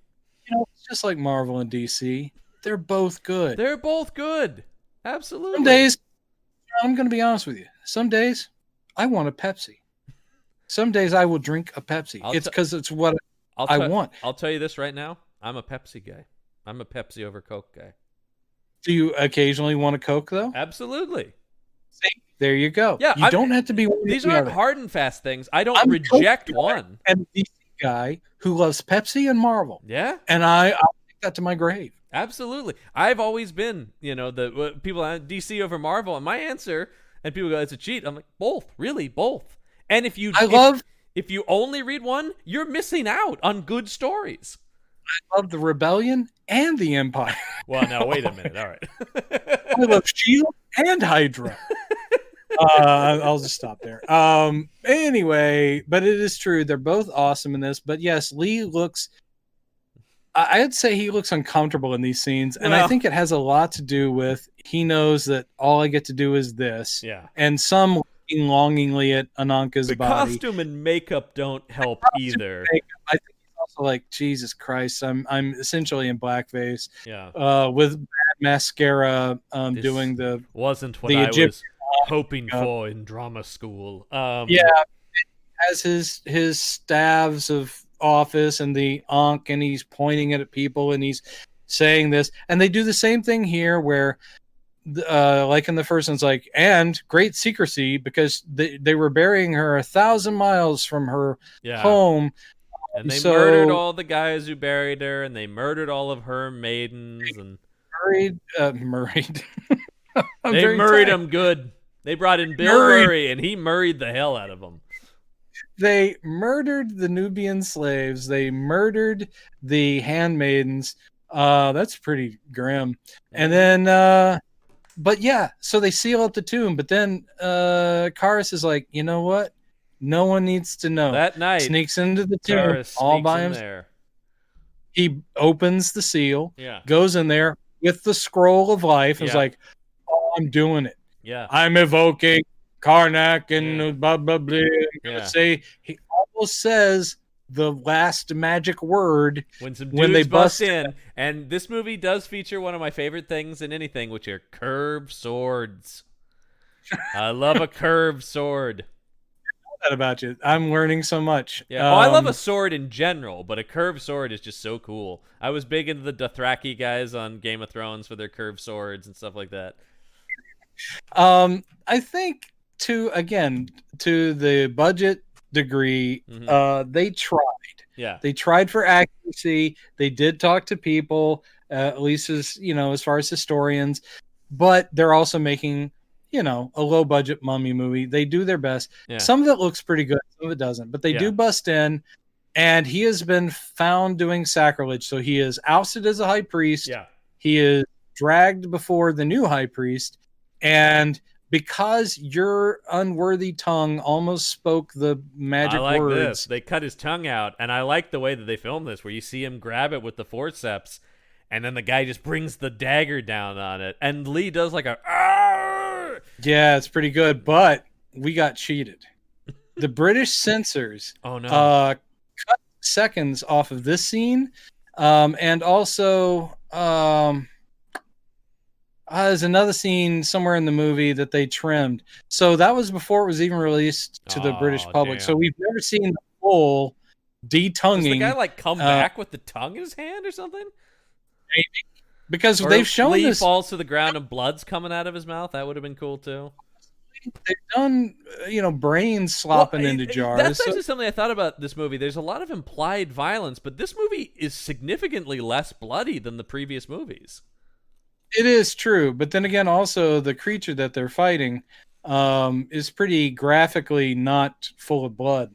Right, and one of the things I do like, and we'll get to it later, that's obviously different than the Universal movies, is punching holes in this thing. Like seeing the effect of a bullet hitting. We never saw that, obviously, in the Universal movies.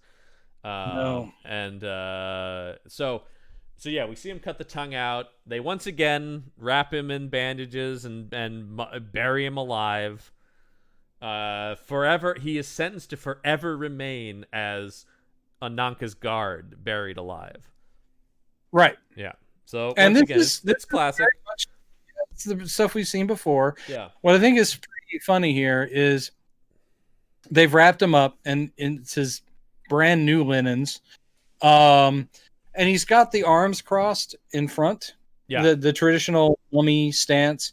But the thing is that stance is something that, or that position of the hands is something that is part of the wrapping procedure.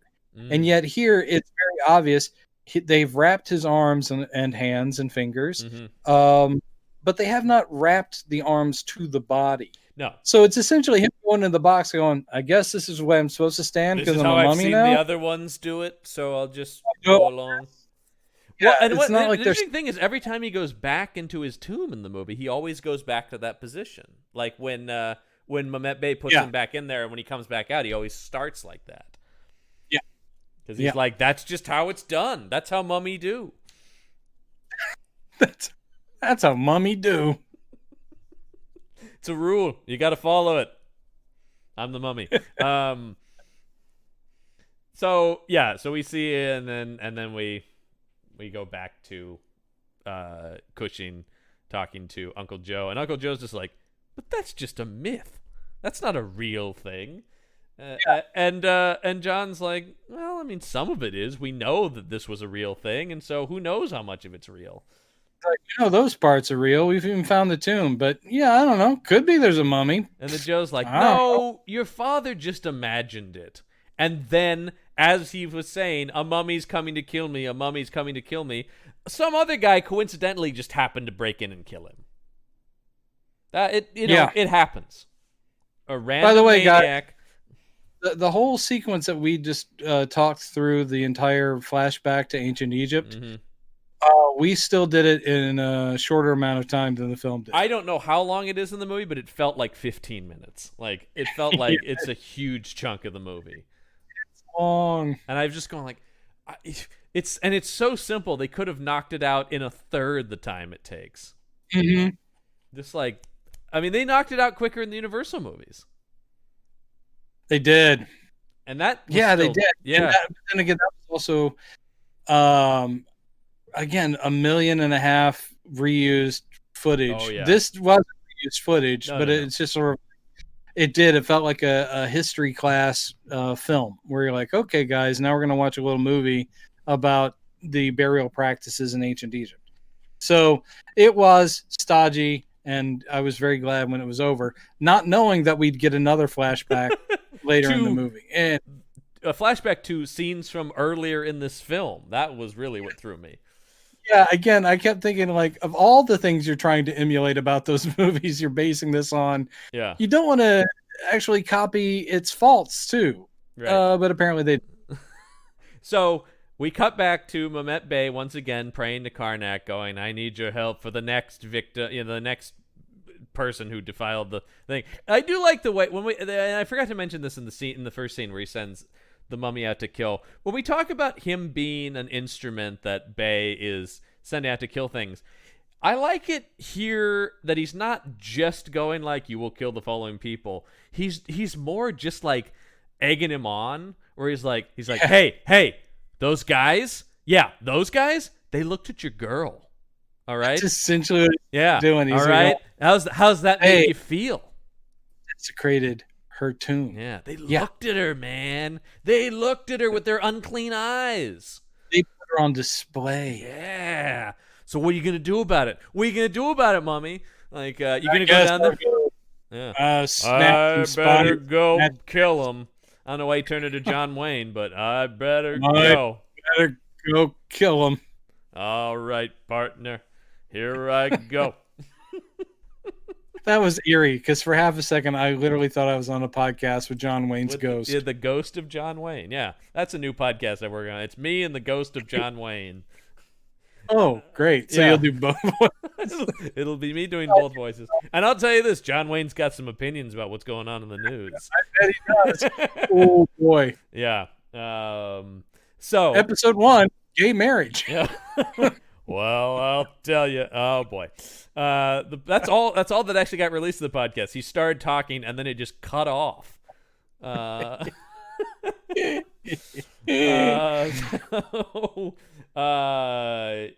he let's see. He sends the mummy out again, and he's like, "You got to kill this next guy on the list." And then we have this old drunk poacher who's poking around in the woods, and then he sees the mummy walk by. He's like, "What is that?" And again, it's another like, oh, he's local color. Yeah. We love these characters. What? He's kind of drunk or just old, and he sees the mummy stumbling around. Yeah, actually walking pretty well. Yes, actually walking very well. Yeah, and he freaks the fuck out and runs to the bar. Runs immediately to the tavern. He's like, "I need a whiskey right now, a big one." And he's just like, "Oh, I needed that. Let me tell you, fellas, I saw him. He was 10 feet tall if he was a foot." You know, like doing that, and they're all like, "Oh yeah, we know he's a drunkard." Yeah, anyway, don't believe it. It's all a bunch of booze hounds in these movies. You know, the truth speakers in all these films, the ones who actually see the things and report on them, are always unreliable. Yeah, I saw him with my own 2 eyes. You know, if only there was this looking at the bottle in their hands and then smashing the bottle. Oh yeah, the classic take a swig and then look at what he's. What is this? That's a great. Oh. That's a Bond thing, right? Where the guy's like, "What?" It's in every movie. Yeah, every movie. When he drives that gondola out of the water and up onto the street, though, that guy's like, "What?" And then the pigeon is even surprised. The pigeon does a double take. What is that? A boat driving on the street? Oh God, pigeon double take, my friends. And by the way, for the James Bonding fans out there, I am team pigeon double take. Me too. Yeah. I mean, I do love Kananga Balloon. Kananga Balloon is great, but pigeon double take is so specific and weird and unnecessary. And the low point. Yeah. Possibly the low point. Yeah. Maybe Bond in the clown outfit, but I actually don't have a problem with Bond in the clown outfit. It makes sense. He's in a circus. He needs to get in there. He doesn't do a clown act. He just has it on. Ringmaster, animal trainer. Well, I'm not saying there weren't better costumes for him to wear. Bond in a clown outfit. You know how long it takes to put on clown makeup? And why would Bond, of all the things... He's doing it very carefully. As a naval commander and spy, why would he have clown makeup training? Hey, in MI6, they prepare you for every situation. Sit down, Bond. And then just him going, "General, you have to believe me. There's a nuclear bomb in this arena." And he's dressed as a clown. Today we're going to explain how to do balloon animals, just in case you're in the field and suddenly you have to give a children's birthday party. And you know what I love? All right, Bond. The agent, follow along. The agent who was murdered before him in that investigation was also dressed like a clown. Yes. And if only he had spent a little more time learning how to make a balloon giraffe, he would have survived. That's what gave him away. That got him stabbed in the back. That's a British spy. Yeah. Louis Jourdan is just like, "Here, make this balloon animal. You're a spy." Spy. Okay, so we took a turn. Yeah. Listeners of Panel Up know how quickly I will always veer down a Bond rabbit hole. It's a fun rabbit hole. It is. Yeah, the guy goes and tells everybody they saw the mummy. And so then we go back to the Banning estate, and Joe's like, well, I think we've looked at enough paper for tonight. I'm headed to bed, which also is code for I'm going to die. That's pretty much it. Yeah, it's like, well, I guess my life is done. I mean, I'm sorry. I guess we're done looking up things. But what I love about the choices in this movie is we don't get a mummy stalking around like Lon Chaney Jr. Cars. He goes, I'm going to bed. He takes one step out of the study into the hallway, and the front door explodes open, and Christopher Lee is in the room, you know? There are choices here that feel like they're saying, no, we're doing ours a little differently. Yeah. And that is something. It's not about the eeriness of something creeping up in the dark. It's about this is like precursor of the slasher movies. Yeah. Where it's like, this is a force of nature that doesn't give a shit about hiding. Yeah. It's just going to bust in, do its job, and go back home. Which you would think for a creature that can be shot as many times and is basically invulnerable to anything, wouldn't that be its attitude? He's just going to move through stuff like a bulldozer. That's what I like about Lee's Karis, right? Is that he is just singularly focused, laser, like, I got to kill this guy. No door's going to stop me. No window's going to stop me. He stops at one. Oh, why doesn't he? Because that's the same house that John is in. So I don't know why it's like. John. Oh, that's true. Yeah, that's true. He tries to get 2 in here. He tries to get 2 in 1. Yeah. It's a lot to ask, though. It is. So but I just love the way these doors come right off their hinges and they're down, and the mummy's like, "You gotta go, man. You're dead right now." So Joe's an old man. He instantly just gets grabbed. John comes in to attack the mummy. The mummy just throws Cushing aside. And It's kind of sad though. Cushing knows that Uncle Joe's got seconds. Yeah. But Cushing still is gonna. He does throw himself at him and try, but then he's like, "Oh well, I'm gonna hobble on my bad leg into the study. Yeah, get my keys. Kind of fumbles with those keys. Fumbles with the keys. Opens the lock case to get out a rifle. Actually, here he grabs a revolver. Yeah, revolver. He's like, but Joe died, right? You know, well, John, that you've missed it. You did not save your uncle. Once the first attempt fails, I figure he's had to let Joe go, and now it's about defending his house. He's like, I tried for Joe, I got knocked away. Now I need to get a weapon. That's gonna kill Joe, but I gotta look out for my wife and I at this point. Yeah, because poor old Uncle Joe, who was moving kind of slow, he has been snuffed very effectively at the Banning Junction. Yeah. So but I loving Cushing. He's like, fuck it, I'm getting my gun. Yeah. And he takes some shots at it. Puts a couple in it. And apparently Christopher Lee was injured from these squibs. I read in the trivia on IMDb he was horribly burned by them. Dude. Yeah. I don't know the history of the squib. We should contact Matt Gorley. A man who definitely does, yeah. But it does seem early squib days, or maybe you just didn't see them that often in 50s films. But you can clearly see where they are under the mummy suit before they go off.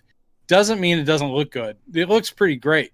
But yeah, pop, and you're sitting there going, ow, I could imagine him getting burned. Yeah. By the way, Christopher Lee took quite a beating on this movie. Because not only was he burned by the squibs, he also dislocated his shoulder when he came through that door. Wow. And he also threw his back out carrying the female lead through the end of the film. I guess they didn't have the same harness or whatever. He also blew out his knees and shins while in the swamp. So they talk about his sort of stilted walk is not as much acting as it is he is horribly injured. Wow. Oh, poor dude. Yeah, Christopher Lee just got the hell beaten out of him on this movie.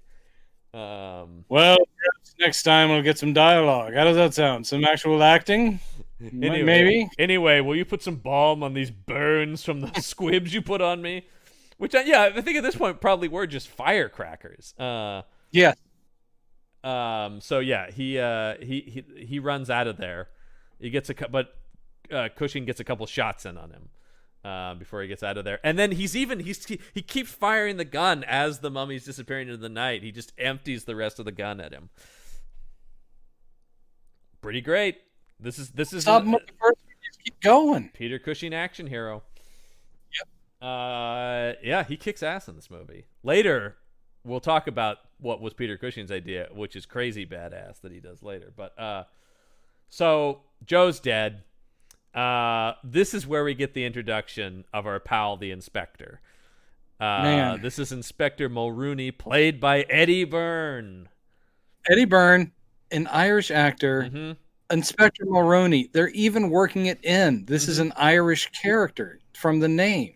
And yet, I actually don't think he was trying to do anything, but I think I think maybe for his career, he probably muted his natural Irish accent quite a bit. But he's not playing it British, he's playing it American. Yes, it's weird. There are turns of his where it'll sound a little Irish, but he's doing kind of an American thing, and you're like, what are you? You know what? I kept going, he sounds like somebody. Who does he sound like? And it took me a few minutes. He sounds like Fred Gwynn. That's the voice that it reminded me of with his American accent. A little bit. Yeah. Yeah. Go with you there. Yeah. But it's weird. His line readings are so strange that sometimes he sounds like the worst actor they could have found. Yeah. I kept looking at the screen going, and then I would check his IMDb, and he's had this long career. He's in fucking Star Wars. I know, but I don't think he has dialogue. He's just one of those locals they put in there.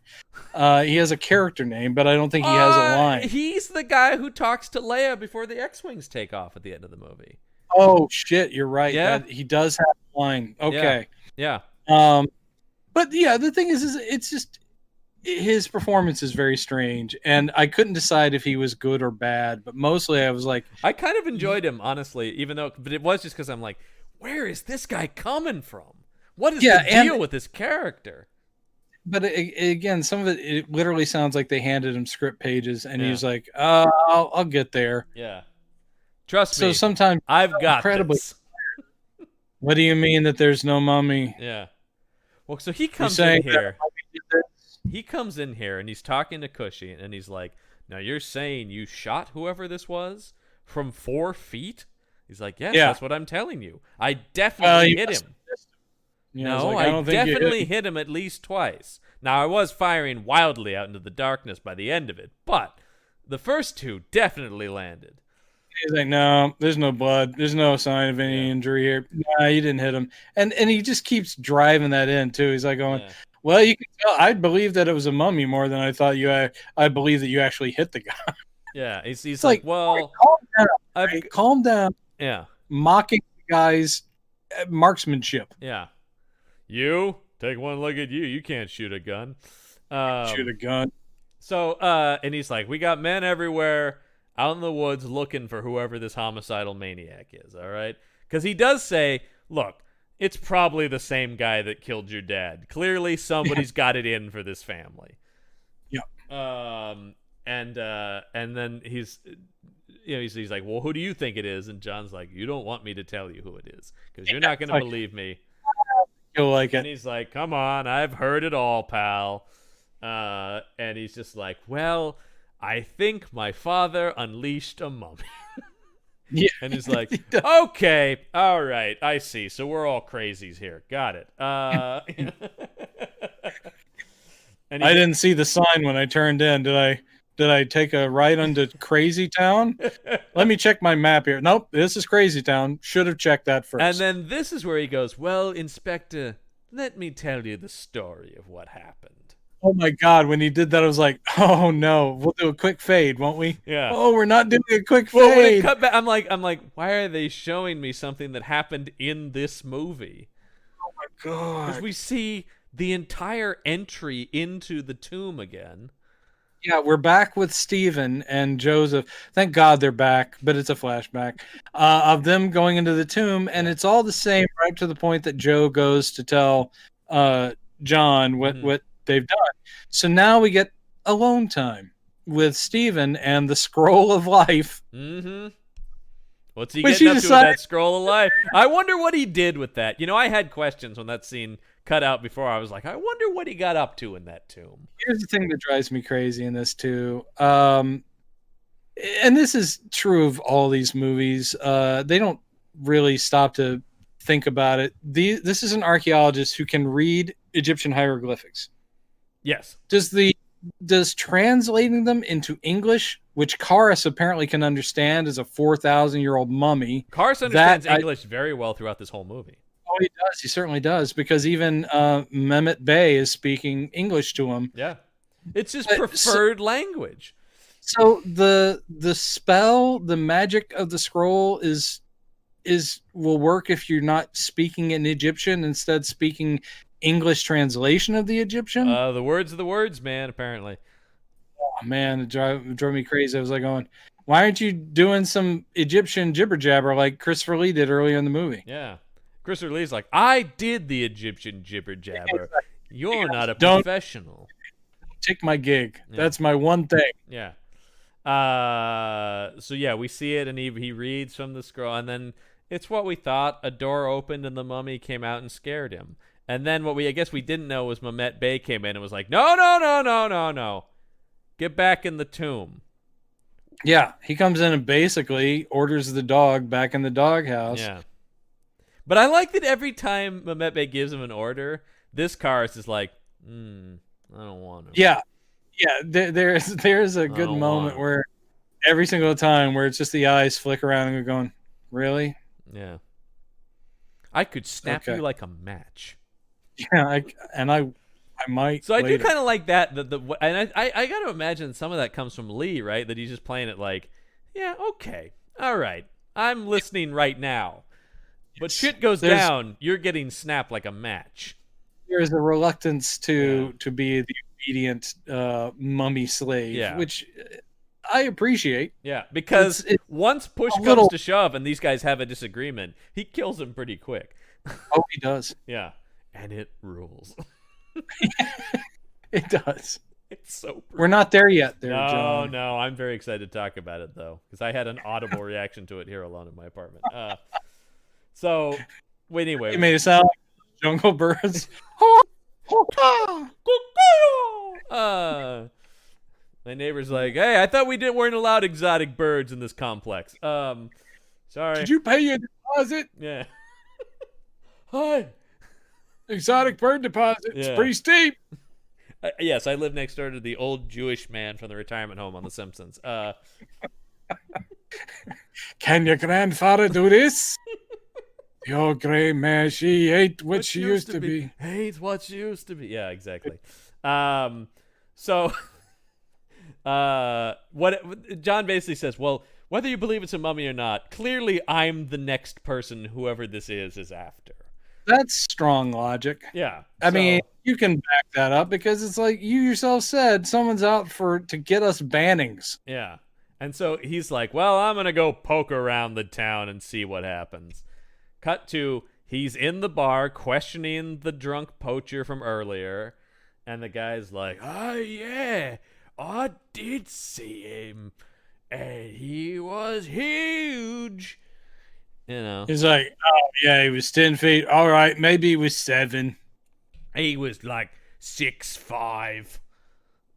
Tall. He was tall, wrapped all in bandages. Yeah. I was like, or perhaps one big sort of set of pajamas, which is supposed to look like a bunch of bandages. It's a bold look, but he pulls it off. He pulls it off.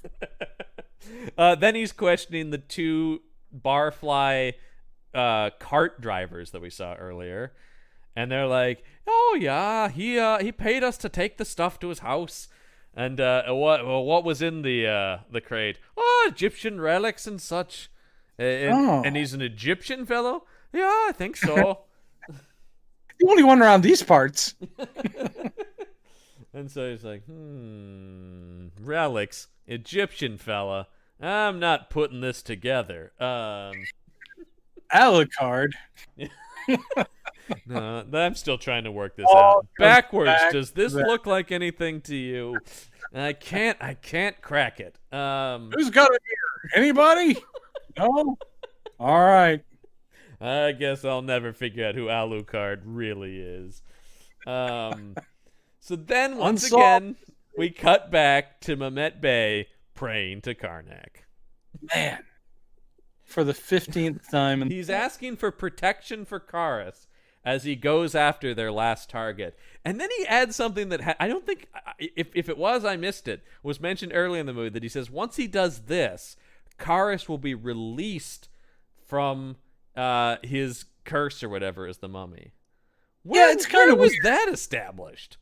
Yeah, it's kind of weird. It's like, plus also, I mean, they said for all time he was going to be the guard for Ananka. They didn't say, and then once he successfully avenges her, he'll be not a mummy.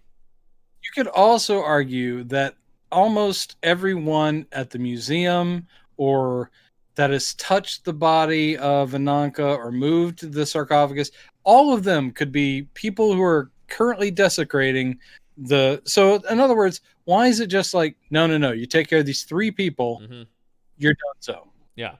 Then then what? He's dead? He comes back to life? He what?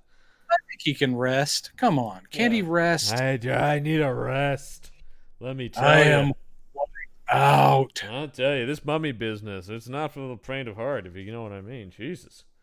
And that swamp mud has gotten into all the wrong places. I'm talking, it's everywhere. It's everywhere. You know what I'm talking about, Karnak. But I don't got to tell you, Karnak. Also, Karnak, can we talk about how cheap the statue of Karnak looks? Pretty. It's a paper mache thing painted gold.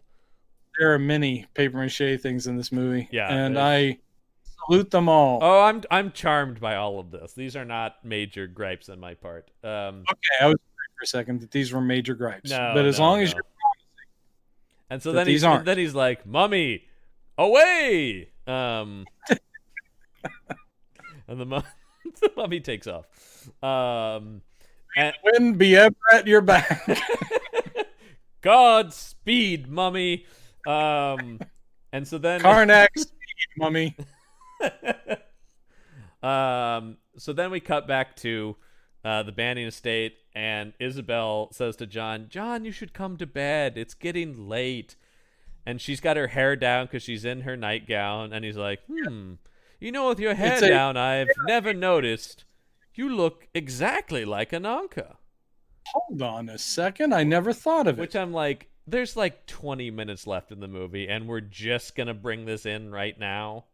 A very fast, like, now that I think about it. Yeah. Because I was thinking up to this point, I'm like, this woman has had nothing to do in this movie.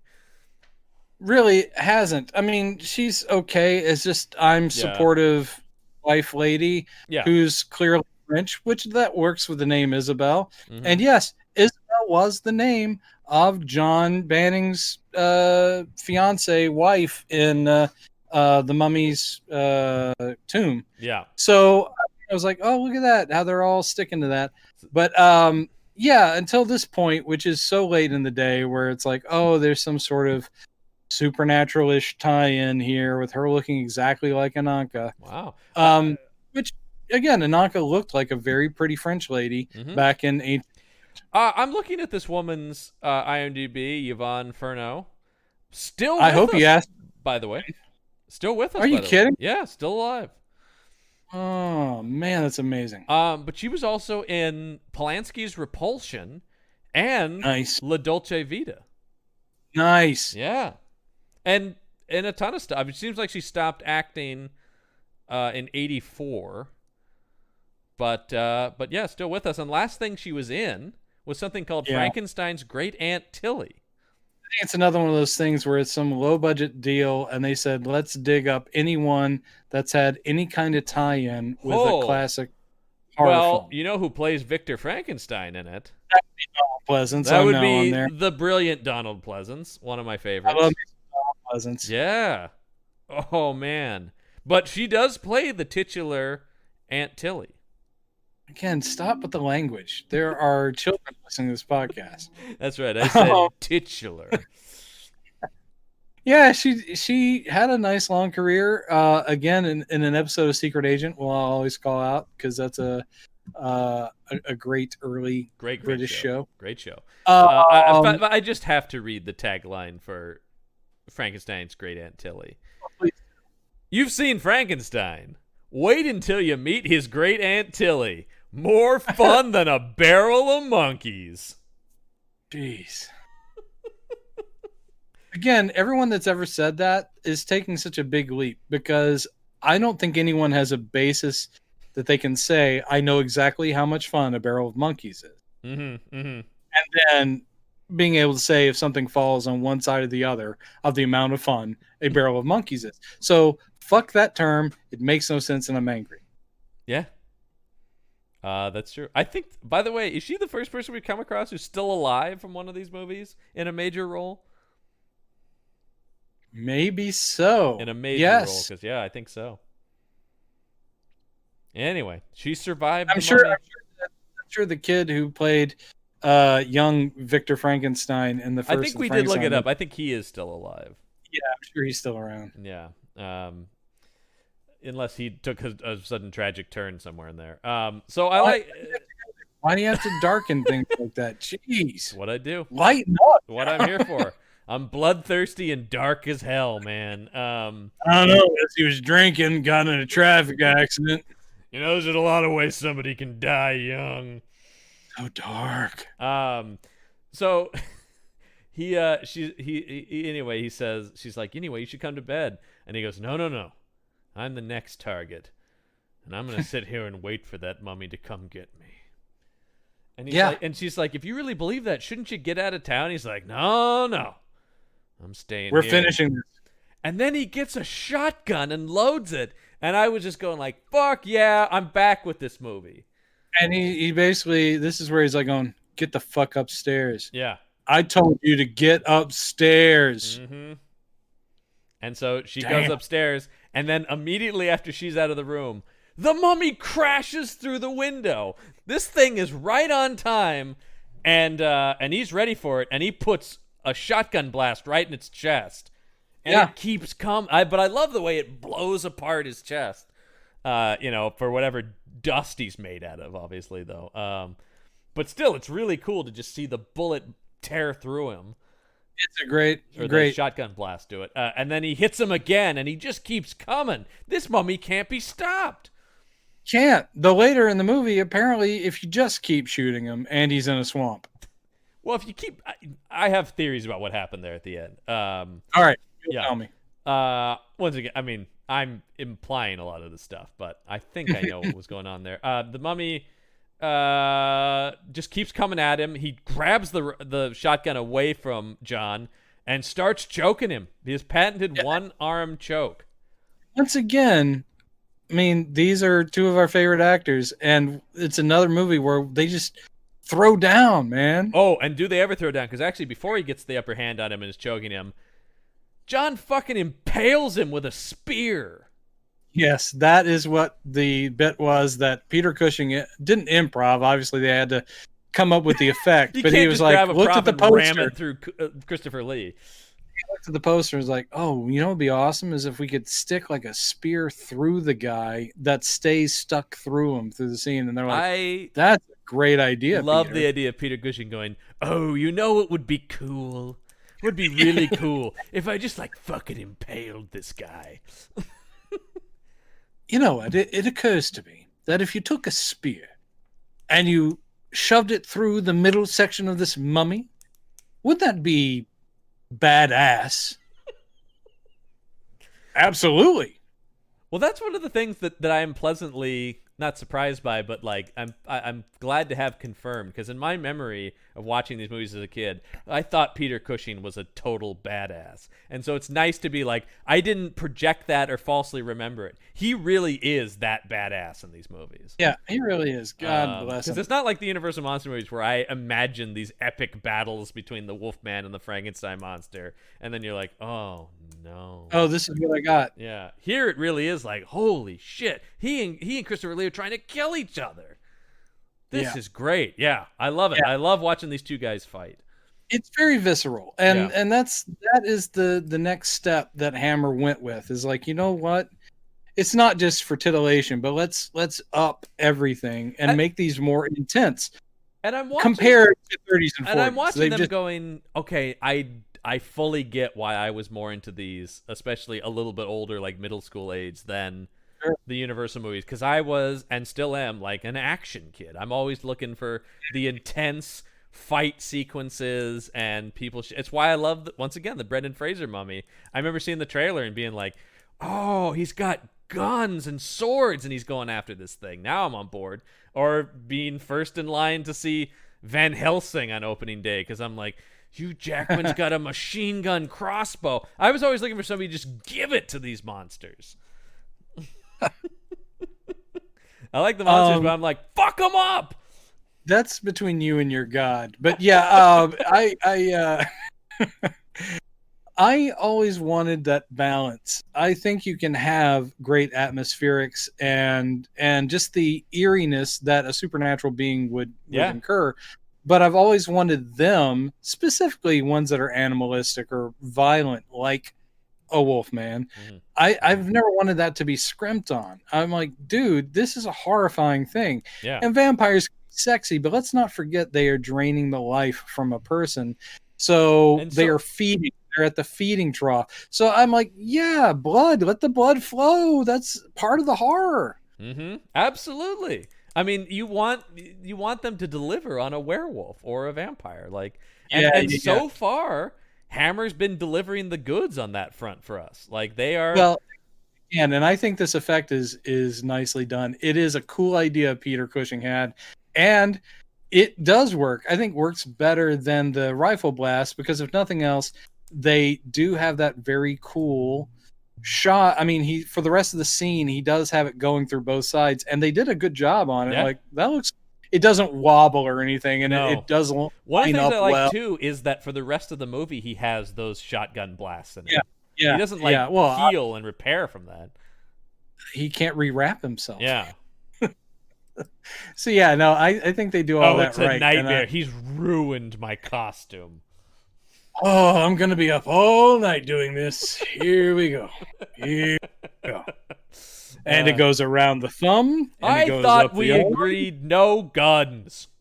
We said it at the beginning. It's a gentleman's fight. So anyway, he's choking Peter Cushing to death, and Isabel comes in and screams, and he takes one look at her, and the mummy likes what he sees. He does, and is probably just very confused. Like, hold on. Ananka? Yeah. What are you doing wearing a flimsy purple nightgown? This guy, or is he just the sad guy who's seen his ex everywhere? Ananka? Oh, are you seeing this guy now? Is this who you're hanging out with? This guy? Yeah. I see how it is. Okay. Right. Sure, yeah. I mean, he's a little shorter. Yeah. So that's the thing. I don't think you could choke a guy one-handed. Yeah, or break a spine like matchsticks. So anyway, he's like, well, I'm confused here. So he drops Cushing. He starts walking towards her, and she's making no effort to reach out to him. So he's like, well, I guess I should be going then. Sorry I interrupted your evening. Anyway, and so he leaves. Yeah. And then Isabel sees the drawing of Ananka and is like, she does look like me. And this seems historically inaccurate that such a drawing could exist. And the whole movie stopped dead while trying to explain that. I was content to just have Cushing say he looked like Ananka We don't need to see the fucking drawing. Because, I mean, it already... Because I did think, like, how would he know what she looked like in any kind of detailed manner? But I was like, okay, I'll go with that. But then to actually see the drawing makes it completely insane. I would have bought a statue because, as I mentioned, they did do some fairly detailed... But they weren't... I don't think they were lifelike photographic stuff. You know, I mean, like... No, it'd be a big leap for anybody of that era to sit there going, God, you look exactly like this 4,000-year-old dead Egyptian princess. Yeah, because it's easier. Everybody's saying, everyone on the street stopping and going, hey, are you Princess Ananka? But it's not, here she's not, she looks like her. We're not dealing with, she's actually like reincarnated, not expressly. They don't, I mean, they dance away from that. Here it really is just like you bear a striking resemblance, which is, I don't know, in a weird way makes that even more unlikely. That'd just be like, wow, the random fates would that the enemy of the mummy just happens to be married to a woman who looks exactly like his lost love. It works, whatever. It totally works. I go with it because it leads to this movie, and I enjoy this movie. So aside from the 2 needlessly long flashbacks, which are just as easy as pressing a fast forward button to get rid of. So very true. Oh, I can enjoy the hell out of this movie time and time again, but just going right through these. Is right here. Here we go. Yeah. And now we're there. There we go. Yeah, and I can also repeat that spine snapping again and again and again. Favorite scene. Again, you got to stop putting that out as an Instagram GIF. Really, the spine snap from the mummy again? Oh yeah. I use it for everything. Mondays, am I right? Snap. Don't ask me about politics. Snap. It works for anything, I'm telling you. So then the inspector showed up again, and John's like, yeah, the mummy came in over there. I took a couple shots at him. Then I fucking stabbed him with this thing, so I'm sure he's just telling him, like, it was a real whole thing. And the inspector's like, well, there is a lot of evidence that's starting to build up that there may be a mummy. I'm not saying that there is. I'm just saying it's starting to become plausible. That way, I talked to a very convincing drunk at the bar. Yeah. So he tells him, there is evidence it is indeed a mummy. Then he says, what about, I also heard there's this Egyptian guy in town. And John says, well, we should go over there right now. Let's go confront him. And the inspector's like, I got a couple other things to look into. I'll get to him in the next couple days. I think it's just, this part cracked me up a little bit just because it is that sort of like in Egyptian, you say? It's racial profiling. Yeah. Very clearly, because there's no other information. Are you talking about some kind of outsider who's different from us? Apparently lives literally right up the street. Yeah. Well, so I'm with Cushing here, where he's like, well, why don't we just go talk to him right now? He lives just up the street. And the guy's like, in the next few days, sometime. He says in the next couple days, if this is an imminent murder attempt, shouldn't we look into it right now? I don't know. Again, it's hard to predict anything this guy might think because of the weird way he delivers all of his lines. I'll say this, old chap. I am not getting much of a read from you. You are boggling my mind, sir. I'm just doing my job. Yeah. You should protect your wife. Do you think he was trying to play it like Jack Webb cop? Could be. Because there are times it kind of works in that, like, well, this is how it is, ma'am. That's the way you'd want to play a 1890s police officer. Yeah. Of somewhere in outside of London. That's how it is, ma'am. Thank you. Thank you Just for cooperation, Barfly. I do love Dragnet, man. That is. I mean, it is as dry as a cop show can get. But if you decide to do a podcast where you watch every episode of Dragnet, count me out. Yeah, No, that both myself and the audience would fall asleep on that one. I am a fan in passing. Like, I can watch an episode here and there and enjoy it. It is a charming relic from the past. I'm not like binging it, you know what I mean? But it's like, yeah. I'd heard a rumor you were binging it, so who could binge Dragnet? Good lord. It's like watching paint dry. Dumb. Because it is probably one of the more realistic cop shows, and it's mainly just about two guys driving around asking questions. Yeah, and standing around desks. Yeah. and handing paperwork back and I don't remember Friday pulling a gun hardly ever. It wasn't about shootouts and action. It was about just doing the legwork. The brilliance of Dragnet. It wasn't about anything exciting. That was the real genius of it. One of the most successful radio shows and television programs of its era. And just a guy who talks like this. Man. Yeah. So let's see. He asks about, so then he's like, all right, well, I'm going to look into it. Don't you be poking around, Peter Cushing. Hard cut to Peter Cushing poking around.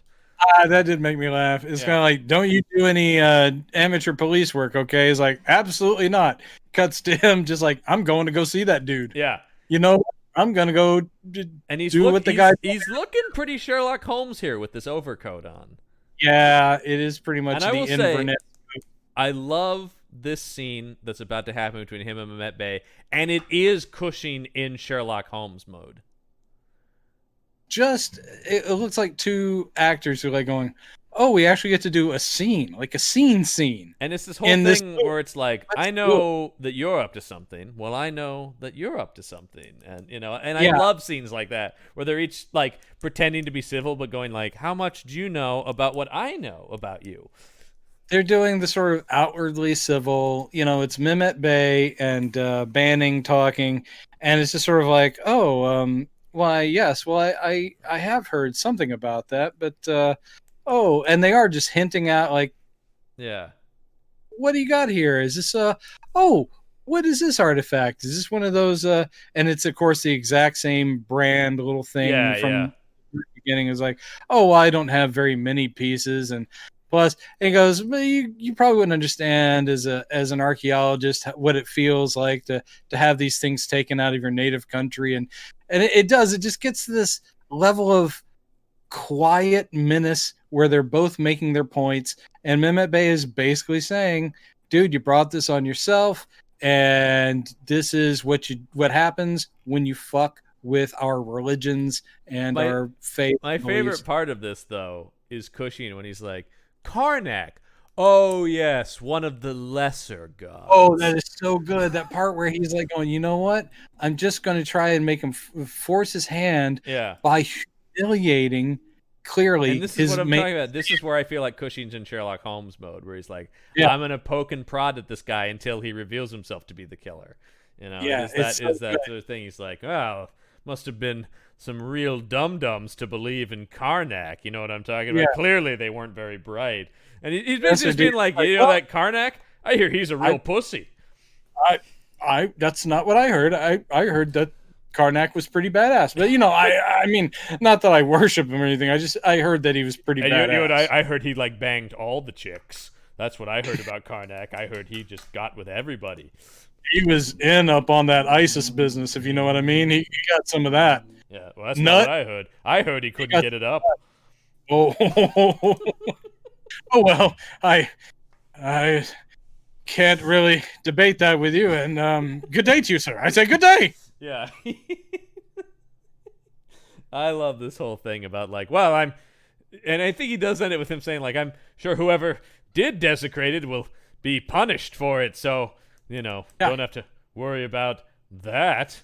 Yeah, I think that'll all shake out to where whoever deserves to be punished will be punished. That's probably how he says. He's like, I don't have many artifacts because most of them were lost in transit. He's like, oh really? Over by the swamp. I see. Well, yeah, it is. Yeah, it's great. I love it. These two, it is. It's just two actors acting at each other for like 5 minutes here, and it's great. And the writing of it is very clever. It's Sangster's coming alive here. I get to do something in this scene and make a couple points. So, this movie worth it for that scene alone. But there's still I think once again, the whole third act of this movie is pretty great. I think I got some problems with how it resolves. Not saying it wasn't filmed well or not awesome, but there's a drop in intelligence specifically on Banning's part that drove me a little nuts. At least I saw an opportunity that they did not take. As soon as John leaves, Bay runs right back to Karis's tomb and is like, "I'm sorry. I thought you said you killed him." Yeah, hold on there, Pally. Job not finished. Yeah. That guy was here. He was a dick about Karnak. It was not cool. Karnak's going to be so pissed when he hears about this. That is exactly. And so he's like, "You got to go kill him, like, right now." And Karis is like, "I don't want to." And he's like,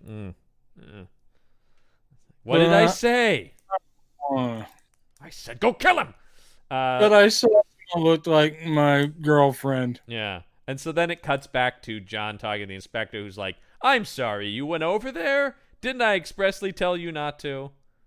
In fact, didn't I make it very clear there would be no amateur police work? I said in a couple of days I would handle it. Do you not have a calendar? Did you think a couple of days had passed? And since while this conversation's going on, Cushing's just loading shotguns. Yes. Which I love. The image of Cushing with a big old double-barrel shotgun is so awesome. It is. But he knows that he had stirred the hornet's nest. Yeah. He did that on purpose, so he knows. And that's what he's saying. He's like, "Oh, that guy was sweating bullets over there. I'm telling you, he's in on this shit." Yeah. And it's not just because he's Egyptian. I want to make that perfectly clear. I am not a racist, all right? Many of my best friends are Egyptian. Like that one guy? Some of those fellas we were paying very little money to do backbreaking labor were pretty all right. Like you know the guy, close friend of mine, Reggie or something. I don't.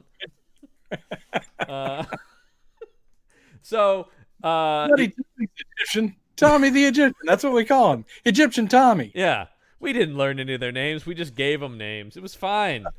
They seem to enjoy it. They were always smiling or something. I don't know. They were always like over there doing work. Oh, it's so dark. So all right. The inspector says, "Well, if they are coming, I've got limited backup here. I've got like the sergeant is out front. I got another guy out back, and that's it, man." And so Cushing's like, "All right, take Isabel with you, because then she'll be safer." And I will say, I was like, why not keep her here? That seems to be the only thing that stops the mummy from attacking you is Isabel. There is that. Also, I'll say that leaving Isabel with the inspector works for about 3 minutes before he goes, "All right, you stay here in the bushes. I'm going to go." This guy's a terrible cop. Guy's a terrible cop. And so now Mehmet Bey and the mummy are trotting over across the street to the Banning house. Bey has had it, and he is literally stealth killing plenty of people. I love Mehmet Bey just stabbing cops. Like, he just comes up and stab, drops that guy. Don't turn this into an all cops are bastards rant. That's exactly where this was going, all right? These cops in 1898, they didn't even bother to respect the mummy's rights. Dicks in blue. They took one look at a guy in wrappings and a decomposed face, and they just assumed criminal. They see one guy snapping, another guy spying like matchsticks, and just assume that guy, there's something wrong with that guy. Yeah. It's part of his culture to snap spines. You don't know what these mummies came from. You don't know. Read a hieroglyphic once in a while, right? They were snapping spines like crazy in ancient Egypt. Educate yourself. This is on you. Yeah, this really, you know who I'm putting this on? The British police. No, man, I didn't know this podcast is gonna get so political. Yeah, tonight. fucking my problems are with Scotland Yard, circa 1898. That's where the shit was really a problem. So do I have to say Jack the Ripper? Do I have to? Because you really bollocks that one up. That's right, I said bollocks. I heard they never even found the guy. He's probably still out there. He's probably Egyptian. Wait, what did I say? Oh no! Uh-oh, now I'm canceled. You would have caught him if he was Egyptian. So yeah, Mehmet Bey stabs one cop, then immediately the other cop. They both go down. And then upon hearing, a skirmish of some sort, the inspector's like, "You stay here. I'm going to go check it out." He is then immediately knocked unconscious by the mummy. Yes. Who I like that Karis doesn't kill him because he's like, "I've got no beef with you. I just need you out of the way." Kind of true. He's sort of like, well, you didn't really do anything to desecrate my beloved's tomb. Because he's laser focused on who he needs to kill on his mission. So this guy's just in the way, so he's just like, "Away with you."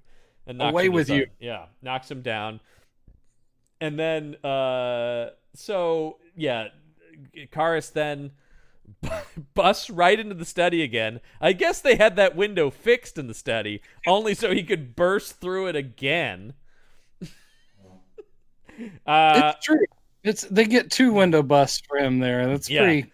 Yeah, he's like, "Not the window again! Come on, mommy!" And so before he gets a shot off, the mummy grabs the barrel of the shotgun here and he fires into the air. And Isabel hears this and she's like, "Inspector?" "Oh, he's not answering. I'll run in and check it out myself." Oh my God. And so the mummy has wrestled the shotgun away from Cushing. He's choking him out again.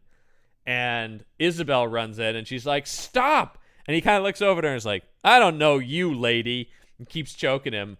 And Cushing gets enough air to go, "Your hair, Isabel, the hair. Yes. Otherwise, you look nothing like her." It's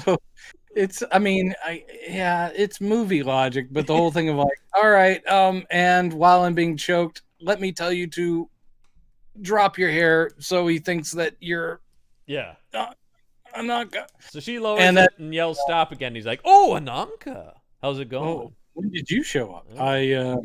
There was some other ugly girl in here a second ago, but I'm not normally this muddy. There was a thing with a swamp. Mehmet Bey didn't have a washing machine. I'm so embarrassed. You shouldn't be seeing I mean, I'm taking it to a dry cleaner just as soon as I'm done killing this guy. My mummy onesie. My mumsy. Buy your mumsy this Christmas. They'll love it. It's warm and cozy and covers everything. Tim, you've been buried for 4,000 years in your mumsy. Look, Ma, I'm a mummy. So she lowers the and so then Bay comes in and he's like, "What are you waiting for? Kill her!" And the mummy's like, "Excuse me." He plays this dumb here. That's also dumb. There's some the ending is it moves. It really moves. Yeah. But the whole thing is Mehmet Bey should know why Karis is being thrown by that, and he could have said, instead of just kill her, he could say, "That's not Ananka." Yeah. Literally, he could just say, "I know she looks like her, but that's and not." And that still wouldn't necessarily have worked. Like, they still could have done that and made it believable the mummy isn't convinced of that. She really didn't need to be killed. I mean, it could just be like, ignore her, finish this dude, right? Kill this guy, man. But then would have just been a back and forth with kill him. And she's like, "No, don't kill him. Kill him. I don't know what to do." Yeah, it's the 2 owners of the dog. Yeah. Come here. Yeah. You're Rusty. Yeah. No, Rusty, come to me. Yeah. No. Over here, Karis. The mummy just falls to his knees crying. "I don't know what to do." Karis only goes to the one that's holding out the piece of cheese. Well, it is canon that Karis loves cheese. He loves cheese. Loves a slice of cheese. It sits really great in an empty, dusty stomach than a piece of cheese. But it's the only thing that soothes the dust in my stomach. But yes, Mehmet Bey is saying kill her, and you get the impression through Crystal Lee's amazing eye acting that this idea does not appeal to Karis. Yeah, one step too far, Mehmet Bey. And then Mehmet Bey finally is just like, all right, I'll fucking kill her. And so he runs over there with a knife, and here we go. Because he grabs him, bends him back, and then breaks him over his knee. Yeah, it snaps that spine. As I said, it's a Bane finisher. It's a Bane finish. All I can imagine is who's going to wear the mantle of Mehmet Bey now. Perhaps Azrael will take on the mantle of Mehmet Bey. I'll just say this actor is back in the next Mummy movie as a different guy named Bey. So we'll see. A brother, a cousin, who knows? Bey is also like it's not necessarily a name. It's more a familiar title thing. Gotcha. So Bey is very, very common and isn't really a family name. But yeah, it's an awesome. And I was sitting here, I just went, oh, like, yeah. It's not a gory death, but this guy gets the bejesus murdered out of him. It's very good. And so John is struggling. Yeah. And Karis has got other things on his mind than finishing off. Well, because he goes over and picks up Isabel, who faints immediately upon being approached by, as all women in every monster movie do. Oh man! Again, why do you have to copy even the bad tropes there, Jimmy Sangster? Yeah. But Karis is like, got her, Dunzo, walks out into the night. Yeah. He's like, I'm no longer worried about this guy desecrating anything because I got my lady right here. And what's more, this is definitely not going to injure my back. So he carts. I did think it was weird when he picked her up in the moment and went, ooh. He absolutely felt that disc go. No. Uh-oh. I got to put you down. Yeah. I got to put you down for a second. Oh, boy. This is bad. They left all that in. Weird choice. It was like, wow. They could have 80-yard that out and put in some ambient noise, but no. Ooh, the back. The back. Oh. You're not supposed to move your mouth in that, Christopher. I know. This is bad, though. So he hauls her off into the night. Carries her out, and then the inspector, having regained consciousness, rushes in and is like, What's going on? And John's just like, he's got Isabel. So they give chase because they're assuming he must have gone back to Mehmet Bey's house across the street. And then it's like, no, wait. John has a different thought. He goes, wait, no, where would he take her? The swamp. The swamp. And so then at the exact moment they realize that, all the other cops show up, the backup arrives, and they're like, quickly, boys, to the swamp! And all of a sudden we're repeating that other Mummy movie where it ends in the swamp. Mummy's Ghost. Yeah. Yeah, this is I like it. Up to this point, there's this complication when Karis's plan, apparently, he's got the scroll and he's got her. Yeah. And he's just going to go into the swamp. I'm not sure what Karis is thinking is going to happen here. Karis is not a long-term thinker. No. Well, only a few thousand years. Yeah. So he's taking her in there, and they're like, the inspector puts up the rifle. He's like, no, wait. You'll hit Isabel, possibly. Yeah. And I keep thinking, like, yeah, but if you do nothing, Karis is literally about to drown her. Oh, but John's got a plan. He says, all you guys with rifles go over there. And then he runs to the other bank of the swamp and is like, Isabel, wake up! Yeah, see, this is the problem I have here at the ending, is that it's like all hinging on just sort of like, well, hopefully I can wake her up with just the sound of my voice. Yeah. I wanted Banning here to display some Egyptology knowledge, like to start speaking the spell or a different spell or speaking Egyptian to draw Karis's attention. Let me pitch you this. Okay, I'm ready. Karis has Isabel, but Banning has the scroll of life. And he's like, you have her, but the only way that you can come back to life is with this. that right there, that works totally fine. Yeah. And that draws what? This is not something we should talk about here on the podcast, but afterwards I will be calling Mr. Sangster's office. Yes, I'd like to talk to Mr. Sangster, please. I'll wait. I'd like to pitch an idea for a script he wrote in 1958. Yeah. There's no scenario he's still alive, right? No, he's gone. What a shame. I mean, unlike the idiot writers you would talk about assaulting their corpses on Universal. Jimmy Sangster, good writer. Yeah, even when he's bad, I can see the mind at work, and there's cleverness there. So I'm not going to be digging Mr. Sangster up. Right. I will state that 4 films into our Hammer run. Did you know he wrote an episode of Kolchak the Night Stalker? I did. Okay. Did you know he wrote an episode of SWAT? I did not. And 3 episodes of Wonder Woman. Jesus. He fell into American TV hard, didn't he? Jumped over and was making some. Actually, sadly, the film work in England did dry up for him in the early 70s. So he hopped over to, and he had made enough of a name that he could easily get gig work like that working for television. I'll tell you this, gentlemen, I've got a cannon in me. Yeah. He's a cop who's overweight. I get it. You ask me, a Brit, what I could bring to Barnaby Jones. Well, I'll tell you. A certain je ne sais quoi. Yeah. Which is French. I don't know what that bit was. But yeah, I love the idea of him pitching to these very stock. I'll tell you. This is my vision for McLeod.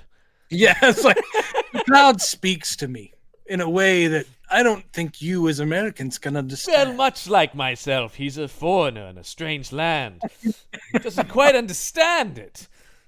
A cowboy in a city? I see Dennis Weaver as one of the Arthurian knights. Okay, that's enough. But we literally could have done that for the next 4 hours. Yeah, Jimmy Sangster pitching to 70s TV is an awesome idea. Listen, I know that Jimmy Sangster's not a name you think of when you think of Rhoda, but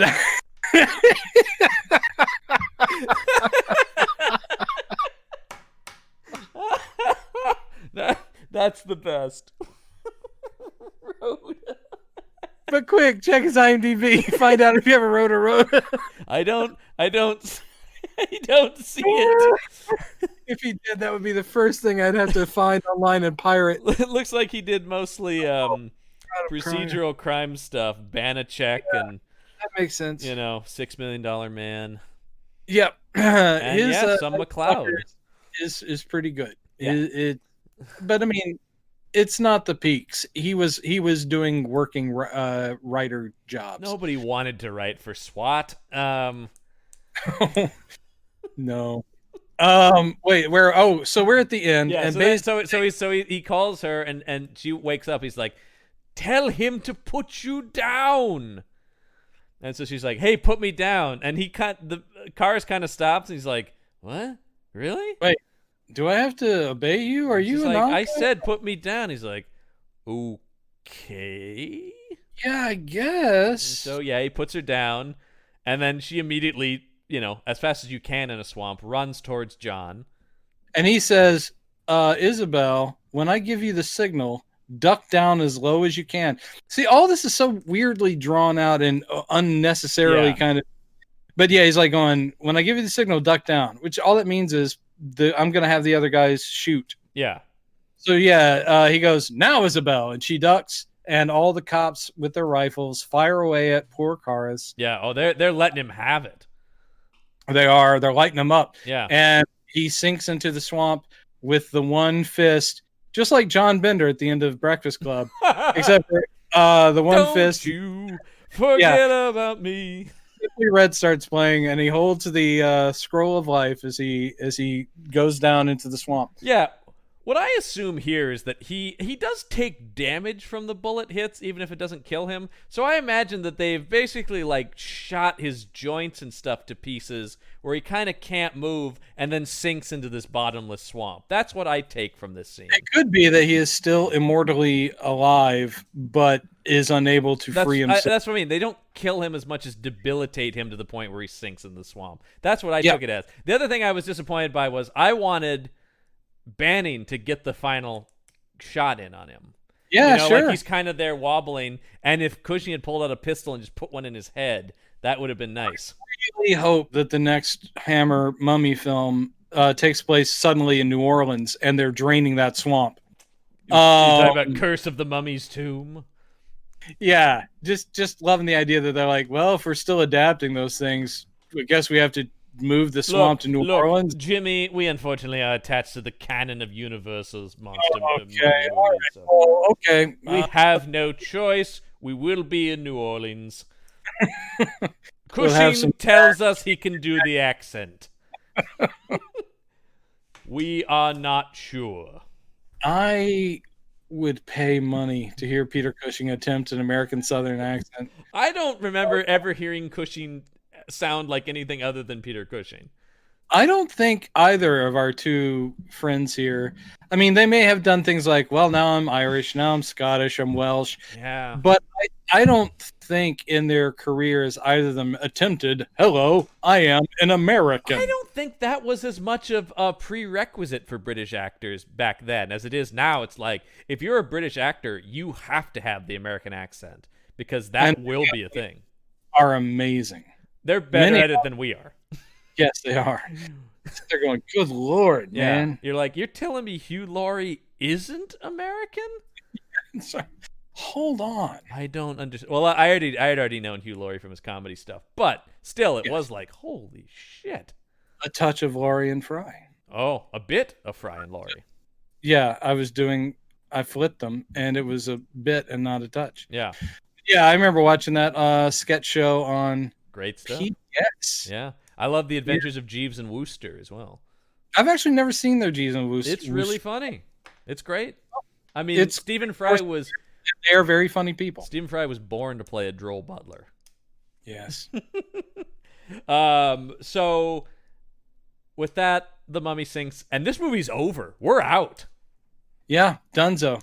They don't mess around. Older movies are just like, that's it, we're done. We got to the very end of this thing. There's no, Cushing and his wife being like, it's over now, or anything like that. It's just like, mummy's gone, movie over. It's a little bit like the Universal thing, too. Yeah, it is. Those sort of abrupt endings, and you keep thinking, really, there's no tag? Not even like a line of dialogue or something? No? Okay. Now it's finished. Anything like that. Nothing. Absolutely nothing. I know they think it's very impactful to end on something like Dracula withering away into ash. That is awesome. Or the mummy's hand disappearing in the swamp. That's pretty great. But yeah, you kind of think that maybe someone would sum up or do something or whatever. But yeah, there you go. Nope. So you liked it, John? I did like it for the most part. I mean, the major hit against it are those flashback sequences. Yeah. Those drag like nobody's business. The pacing not so great, and I found, and this is not fair, but the limitations of their budget made some of it look unfortunately cheesy.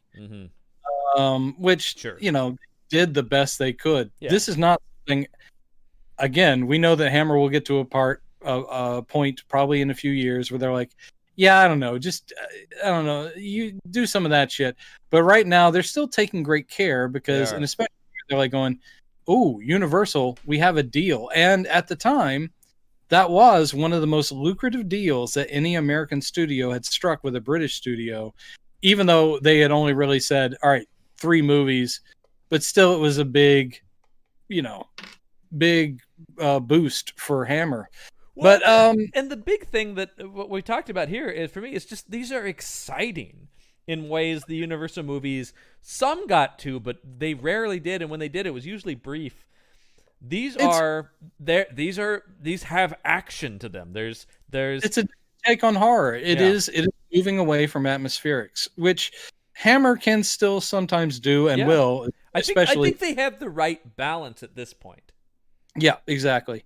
So I enjoyed it for the most part too. It is my least favorite so far. Yeah. I still recommend it. Yeah. Cushing's always great. Yeah.